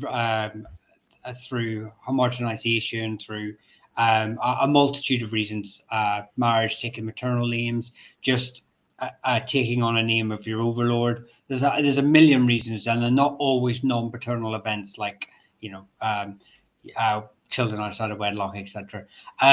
So most of our surnames were anglicized. It's a very common theme in Irish history and our naming. So that's most likely. As for those haplogroups ending up in Ireland due to raiding, yes, but it would have made such a small impact. The raiding that happened in England had such a small genetic impact on mainland Britain in comparison to whenever you look at the other surge of migratory groups that are coming in. Also, you're saying about Uhtred of Bamborough. He seems to be of the same haplogroup, or he seems to be of a male line paternal descent of Ireland. I believe his male line links back to the Norse, the Hiberno-Scandinavian links. So just because someone was in that sphere of influence of being part of the Hiberno-Scandinavian world doesn't mean we normally associate them with being Scandinavian with an Irish mother, but it did happen the other way too. you could have an Irish mother with a Irish father with a Scandinavian mother. We now know that same thing happened in Iceland. There was a large myth for that. They said that the Irish group's DNA testing, why they had a large thing for Irish DNA, is because of all the women slaves that they brought across Yeah, with the marriages. But actually, they've now found plenty of records that there's plenty of Irish male DNA in Iceland too. So that just shows another blending of those worlds. So DNA is obviously answering a lot of questions, but also raising a lot of questions at the same time. And we won't always get all the answers that we want, unfortunately. I just want to answer a comment by Davey. He said, "Owen O'Neill, we're all kings." Thanks, Owen. But yes, we may all be the descendants of kings, but we're also the descendants of peasants. Yeah. So, I was about to say that because, okay, this is one of the biggest problems I have with direct translations going from Irish to English. It's that word "ri," W-I fada. People see "ri" and its direct translation is king. It's like, you do realize you're king of just a fort, like not fort, but like multiple forts of 30, right? But that makes you just the "ri" of 30 forts, and this is the problem I have with the direct translation, because that would be the equal to what was it called, a baron, a lord. That's not the equivalent to a centralized king that you would see in England going into the High Middle Ages. Because the problem I have then is that when people see the word "ri," W-I fighter, and you see this with loads of historians, sometimes I even see academics, English academics and so on and so forth, turning around and saying, "Oh, this is 150 centralized kings all fighting amongst themselves." And it's like, but that's because you're getting Irish and directly translating it outside of its context. Half of these kings would be the equivalent of a lord who's also blurred into societies with other lords and stuff. So it's not a clean cut, you are the king of this land. You'd be the equivalent of a landlord, in my opinion, unless Owen wants to evolve onto that one. No, I'm agreeing with you, but like when there was a predominance of Riha, I think, at the same time there was so in England. Yeah. I know that people now. You had the famous Saxon. What was it? Not heptagon. Well, supposedly I think there was 7 kingdoms, whereas there never actually was. There were, it was much more flexible. You had different sort of kings. In Wales, you had some sort of hierarchy of kings as well, and it also moved, like changed. In Ireland, probably you had maybe Kennel Owen, Kennel Colin, Argilla, the Rory O'Connor group, the O'Briens, McCarthy's, McMurray's. So you may have had 150 calling themselves Ri, but at any one time, probably there's 5 to 10 who were powerful enough to be considered one. Yeah. And a lot of the other ones, Mihal's always talking about forgeries, etc. Sort of these family trees, they're embellished, shall we say. So 200 years later, Mr. Joe McCarthy in a tiny little place, his great grandson writes down "ri" in the book, sort of where he may never have used that word himself. Sort of, but like he was made into he's made into a king posthumously. I know the Mormons, for example. If you become a Mormon, you can convert your ancestors.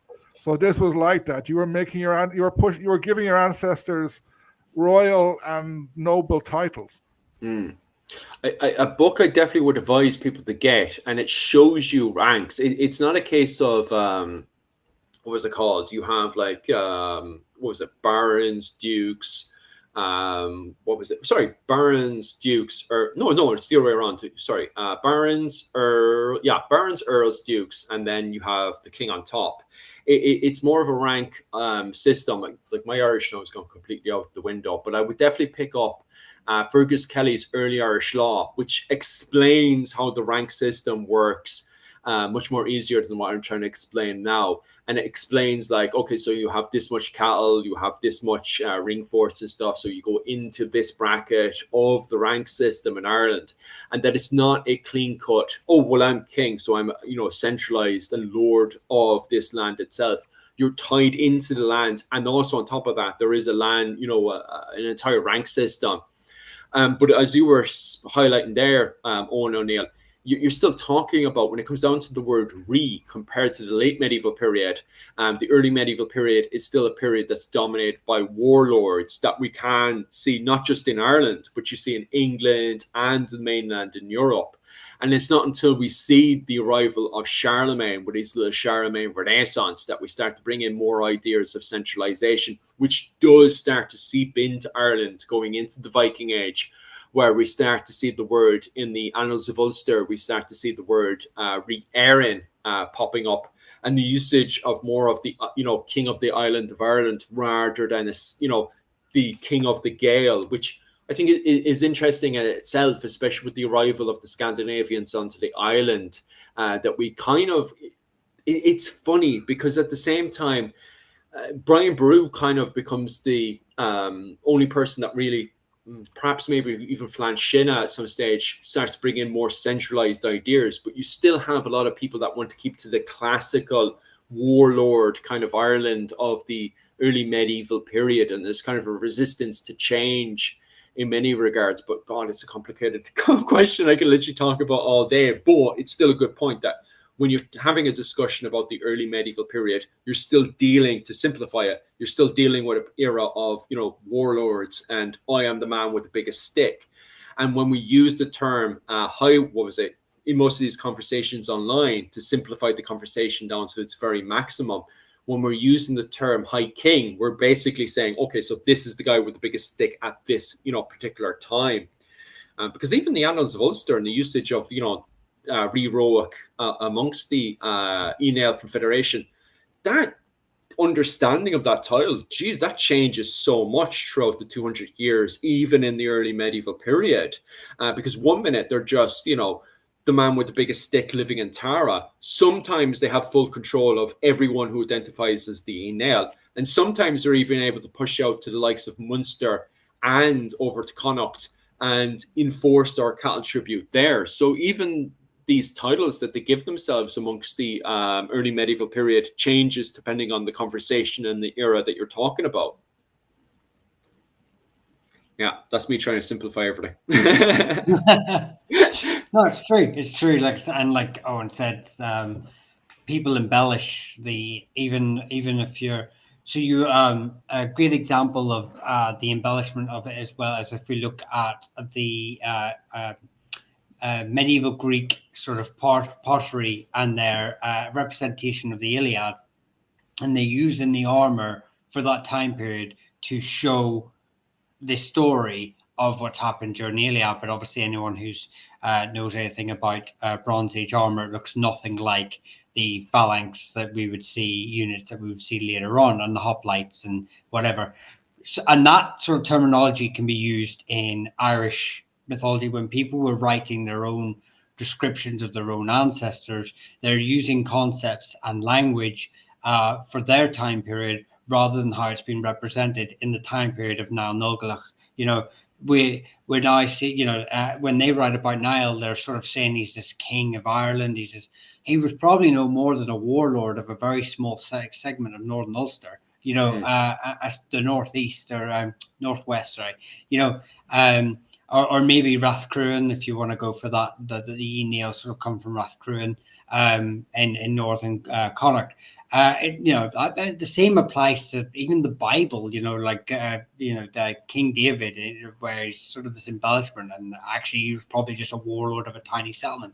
But it's that embellishment that sort of goes on with human history, that when we look back and we apply what is a king, Niall was a king, and I'm writing this 500 years after Niall. Well, and a king in my era, they are provincial kings. So suddenly it becomes a provincial. Not always was there's this. It's not always done with malice, or but it's it's sometimes done out of context. Interestingly, there's Dr. Cormac McSporran uh, uh, often states that the Dal Fiatach of the northeast of Ulster, long rivals of the Ullid, uh, um, consider themselves a true Ullid, are seem to be one of the very few families that ever altered their own genealogies. Whatever they have written down seems to be pretty accurate, mainly because they were continuously arguing with the Cruthney, who were the original Ullid. So yeah, just a wee factoid there. Happy days. Okay, so going back over to the comment section there, I'm getting to a stage now where there's way too many questions to answer. So I apologize to anyone's question that I skip over or cover. Just this one here. Do you guys want to elaborate on this one, or is this just a fun fact I'll shove up that the Annals of Ulster was compiled around 1498? Are we all good to go? That's fine. You can go on. But Hope it is. yeah, it's good fact. Anything else you guys want to tear out of the comment section there before we push on? Not really. There's so much I've lost track. Yeah, I think the most important one is M. Doyle is a legend. I'll go for that. Yeah. Nice. Wiggles, thank you very much. Actually, I think the last comment there from Davy Jones is quite important in relation to the theme we're discussing, Anglo-Irish, sort of like the Bruces were Normans that came into Scotland, but they become Scotch. When does, or for how long does someone have to be in a country before they become part of that country? Like, it's when do the Anglo-Irish become Irish? But it's funny because you can see the roots of this argument starting in the 14th century at the very start of the 100 Years' War, when Edward III starts to bring in, laws that pretty much make it so he's milking the Irish economy into the English economy. And you can see that resistance with the Fitzgeralds. The Fitzgeralds even blatantly go off and marry into the O'Brien family. And then there's an entire conspiracy that the Desmond Fitzgeralds are looking to become the High Kings of Ireland, an accusation that was made by the Butlers. And then on the flip side, the Butlers seem to be very loyal to the English crown, but at the same time, they're slowly, especially after the Black Death, becoming very Gaelicized as well. So I found the Butlers of the 15th century. Now, I know later on when we go into the 17th and 18th century, they start to take on that kind of, old English identity, but still take on a very Irish identity at the same time, especially when they become like the head of the Irish for the Irish Confederacy, and also fight with the Irish in the Jacobite and Williamite Wars. So even going into those eras, the Butlers take on a very complicated relationship. But anyway, back to the main conversation. The Butlers seem to take on a very kind of, we are English, but at the same time blur the lines by taking on Irish judges, and also start to take on Irish dress as well. And they're speaking Irish. We have an endless amount of literature of them just outright communicating with the Desmond Fitzgeralds in Irish. So we can start to see the foundation of that in the 14th century, and then becoming more and more a blur going into the 15th century as well. So it's funny, But and I think just to turn the thing on its head for a bit, when after Norman, who's the first English king who's English? Well, you see, this is funny because I was thinking about this yesterday as well. It's 200 years, if not 300 years, before there's an English speaking. Yeah, this is funny. Then jump ahead to 1690. Yeah, and then or 1707, I think, whenever 1715, and they're all German speaking. Yeah, but no one they don't just, the Irish are all hung up about this. The English just, okay, the king is German, but we Yeah. call him English. Yeah. This is what's hilarious as well, is at the same time, we have a bunch of French speakers, that they're hanging around the French. They spend, most of these guys spend most of their time inside of the courts in Paris, like Paris, for example, instead of their own English court, and even like up to the 100 Years' War, there's times where they go into the court in Paris and give tribute to the French king. They take a knee. Well, there's all these myths where they didn't really take a knee. They actually did so and so a thing, like they flipped the king and all this kind of stuff. The English always have some kind of mythology of them taking the knee. But ultimately, when I look at the source itself, it has them taking the knee and giving tribute to the French king. And the reason for that is because up to the 100 Years' War, a lot of these English kings were seen as Norman vassals, which also blurs the interpretation of what is a Norman. Because it's just funny, because at the same time, you have Normans living in Normandy, being born in Normandy, and have Norman culture. And then you have all these branches that are kind of having their own identity at the same time. So it's funny, the term Norman. But regardless, until the 100 Years' War breaks out, many of these English kings inside of the French court are seen as branches of House Normandy. Even House Anjou are seen as French vassals inside of England. And it's not until we get into the 100 Years' War itself with Edward III, then we have them defining themselves as trying to define themselves as English. And I highlight the fact that they are trying to define themselves as English, because at the same time, Thomas Becket is still hunting in the background of the English court, because the Anglo-Saxons are still defining themselves as independent from the French, and are using St. Thomas Becket as kind of that kind of symbol of resistance. And that's why Edward III, when he's invading into France, uses St. George's Cross to try to get rid of this Thomas Becket and all this Anglo-Saxon stuff. We are English. Here's our symbol. This is St. George's Cross. And we're fighting, for as good, Christians against the French, and even on top of that, they're still speaking French. They're still you still have the Anglo-Saxons who have their own native language, but Edward III and all of his nobles are all speaking French at each other. And it's not until we get up to Henry V that we're starting to get our own unique French language, in the foundation of what is English today, starting to appear with Henry V. But we still don't see or identify the English that we know today until we go into the Tudor era. It's not until the Tudors take over, who are Welsh, by the way. One or not. One of Elizabeth's titles that she claimed was Queen of France. Yeah. And Henry, as you said there, or not, Henry VII, who is, and he does successfully get it. He identifies himself as the new King Arthur when he arrives in Wales. But he spent his entire childhood and he got his entire education inside of the court of Brittany. When he rocked up and when he was inside of the English court, his the way he spoke, the way he would dress was of a Brittany culture. He was taking on fashion of Brittany. So even he himself looked more like a man of Brittany than a Welshman at the period. And he does, don't get me wrong, he really does try his best to try to adopt Welsh culture into Ireland, England. Jesus, where am I?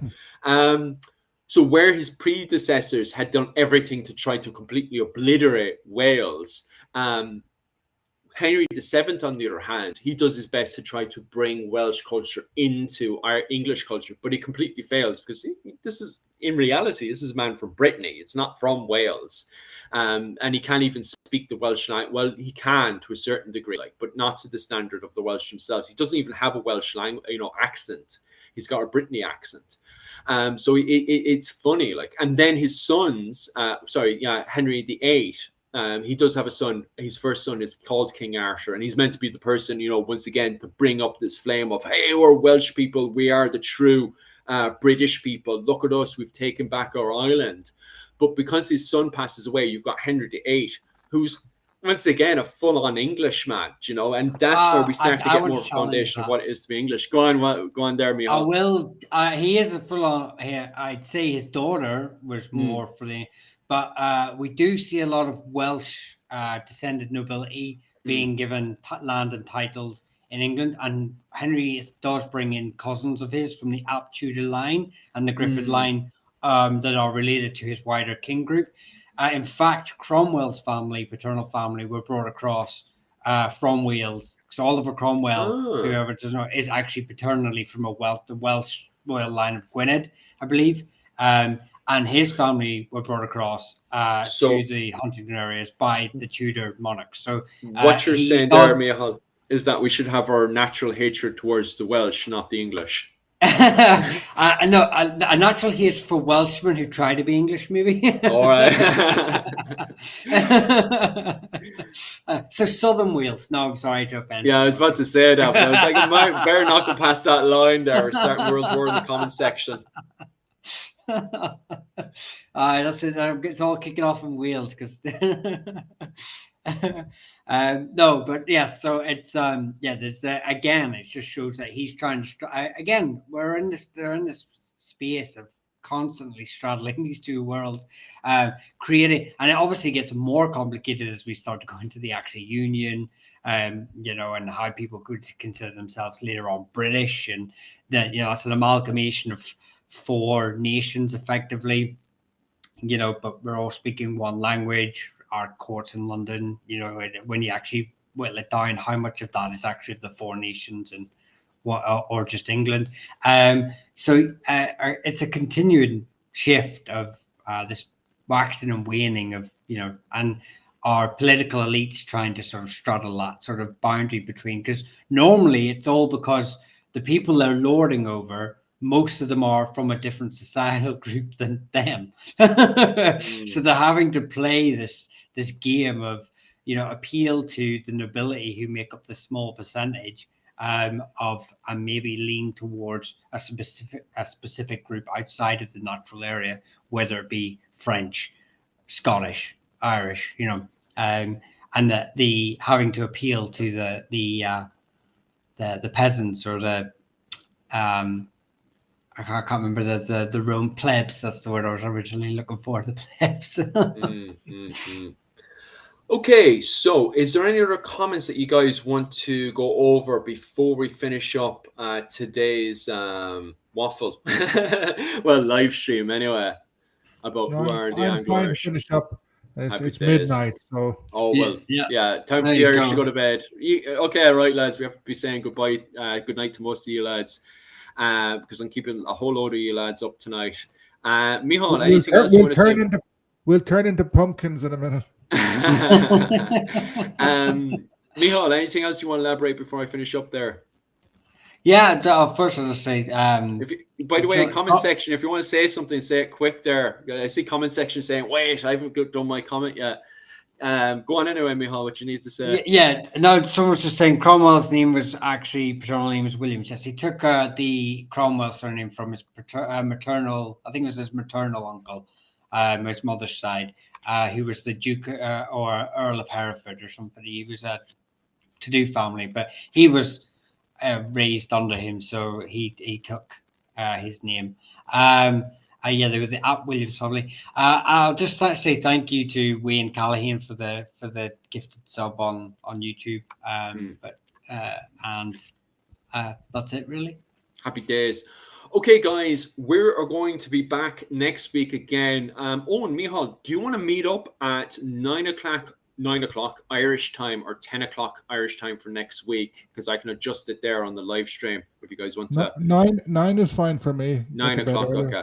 Well, I'll change it there over to 9 o'clock. So I'll see you guys again next week at 9 o'clock. The topic for next week is going to be late medieval Gaelic Munster. I think what we'll end up having is Michal starting off the conversation by covering the various families and stuff, and then Owen O'Neill is going to cover all the gaps that Ulster man is going to leave out, because Michal, he's from Ulster. He's going to leave out a whole load of gaps, but thankfully we have Dr. Owen O'Neill who lives in Munster, so he's going to be able to fill in all the gaps that Michal leaves out.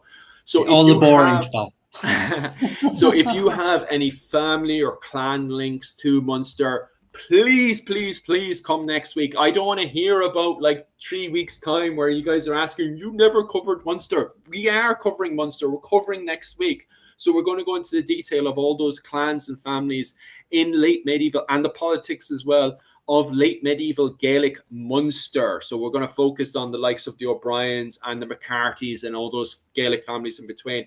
And we're going to cover a little bit on the Desmond Fitzgeralds because, as we said today, there's a blur there between them. And we might cover a bit on the Scottish families as well that immigrate into that area, the McSweeneys, so on and so forth. So we could literally, we'll talk about all that next week. Anyway, guys, also on top of that as well, if you want to support my channel, head on over to my Patreon. Just click on the link, my page, go inside there. Straight away, you'll see the Patreon. If you just want to give £2, that's fair enough to me. However, I do also do classes every single Sunday night over on Patreon. £20 a month. I cover classes this month and pretty much for this entire year up to June. We're going to be covering Ireland in the High Middle Ages. That's covering King John in Ireland, all the fighting between the English and the Irish, and also finishing up with the Scottish War of Independence. So I'm covering a whole load of classes that are absolutely amazing. So definitely head on over to my Patreon if you want to be a part of all that. Also, on top of that, Micheál, if somebody wants to support your channel, Clans and Dynasties, where you talk about the various families of Ireland and Scotland, how can they support your channel, Micheál? Just become a member on TikTok or YouTube, where I do tomorrow. We do my members only live or super fan, I think it's called on TikTok. There's varying degrees of support whenever you click there. And I repay is back by doing a members only live on Thursday. This week we are doing the mythical origins of surnames and you know how these stories sort of came up. Some of these stories came about. So some interesting families come up, but yeah, just become a member. It's the best way. I don't really have a Patreon. I have one, but I wouldn't advise subscribing to it because I don't have any links to it or anything. Oh no! I get them. I get the money. I just don't get notifications or nothing. So I wouldn't be able to thank you. So if you become a member, I can at least thank you and sure you can come across these lives and show the support. And Kevin's asked a question there, and ask that question again on another video, and I'll reply to it. Happy days. But that's it, yeah. Dr. Owen O'Neill, are you live streaming tomorrow? Yeah, tomorrow. Yeah, thanks for reminding me. Oh yeah, I have to do my job. What am I again? I have too many jobs. I like once a week I'm doing questions and answers about Irish history live streaming. Due to my daughter's football, it's been on Tuesday the last few times, so it'll be tomorrow at 7. I released a video last week on the Irish famine. If you all want to watch that, I need some views because the algorithm didn't like it. It's gone very bad. People liked the video. They watched it for ages, but it didn't show it to many people, so I was a bit annoyed about that. And then I have a buy me a coffee account, and next year I will get either a Patreon or membership. I'm a bit slow. Yeah, Dr. Owen O'Neill, you've got so much to share. You need to, get up with the rest of us. But anyway, regardless, that's all for me. Oh, and by the way, I'm going to be back on in the next hour. I'm going live again in the next hour because I'm going to be playing Kingdom Come. The Teutonic Knights have arrived in that video game. So definitely hunt on over. We'll have a deep conversation on what we talked about earlier tonight. And so any questions we haven't covered tonight, I'll cover in the next hour or so. Just before we go, I'm answering someone's question. My daughter does soccer and football and rugby. Jesus. Down here in Kerry, football is football and soccer is soccer. And we'll talk more about it next time. Google it. Happy days. Anyway, I'll be back on in the next hour playing Kingdom Come Deliverance, where I'll be answering any questions we didn't get to cover tonight, and also we'll be talking about the Teutonic Order inside of Bohemia in modern-day Czech Republic. So other than that, guys, thank you so much, and Slán go bhfuilte.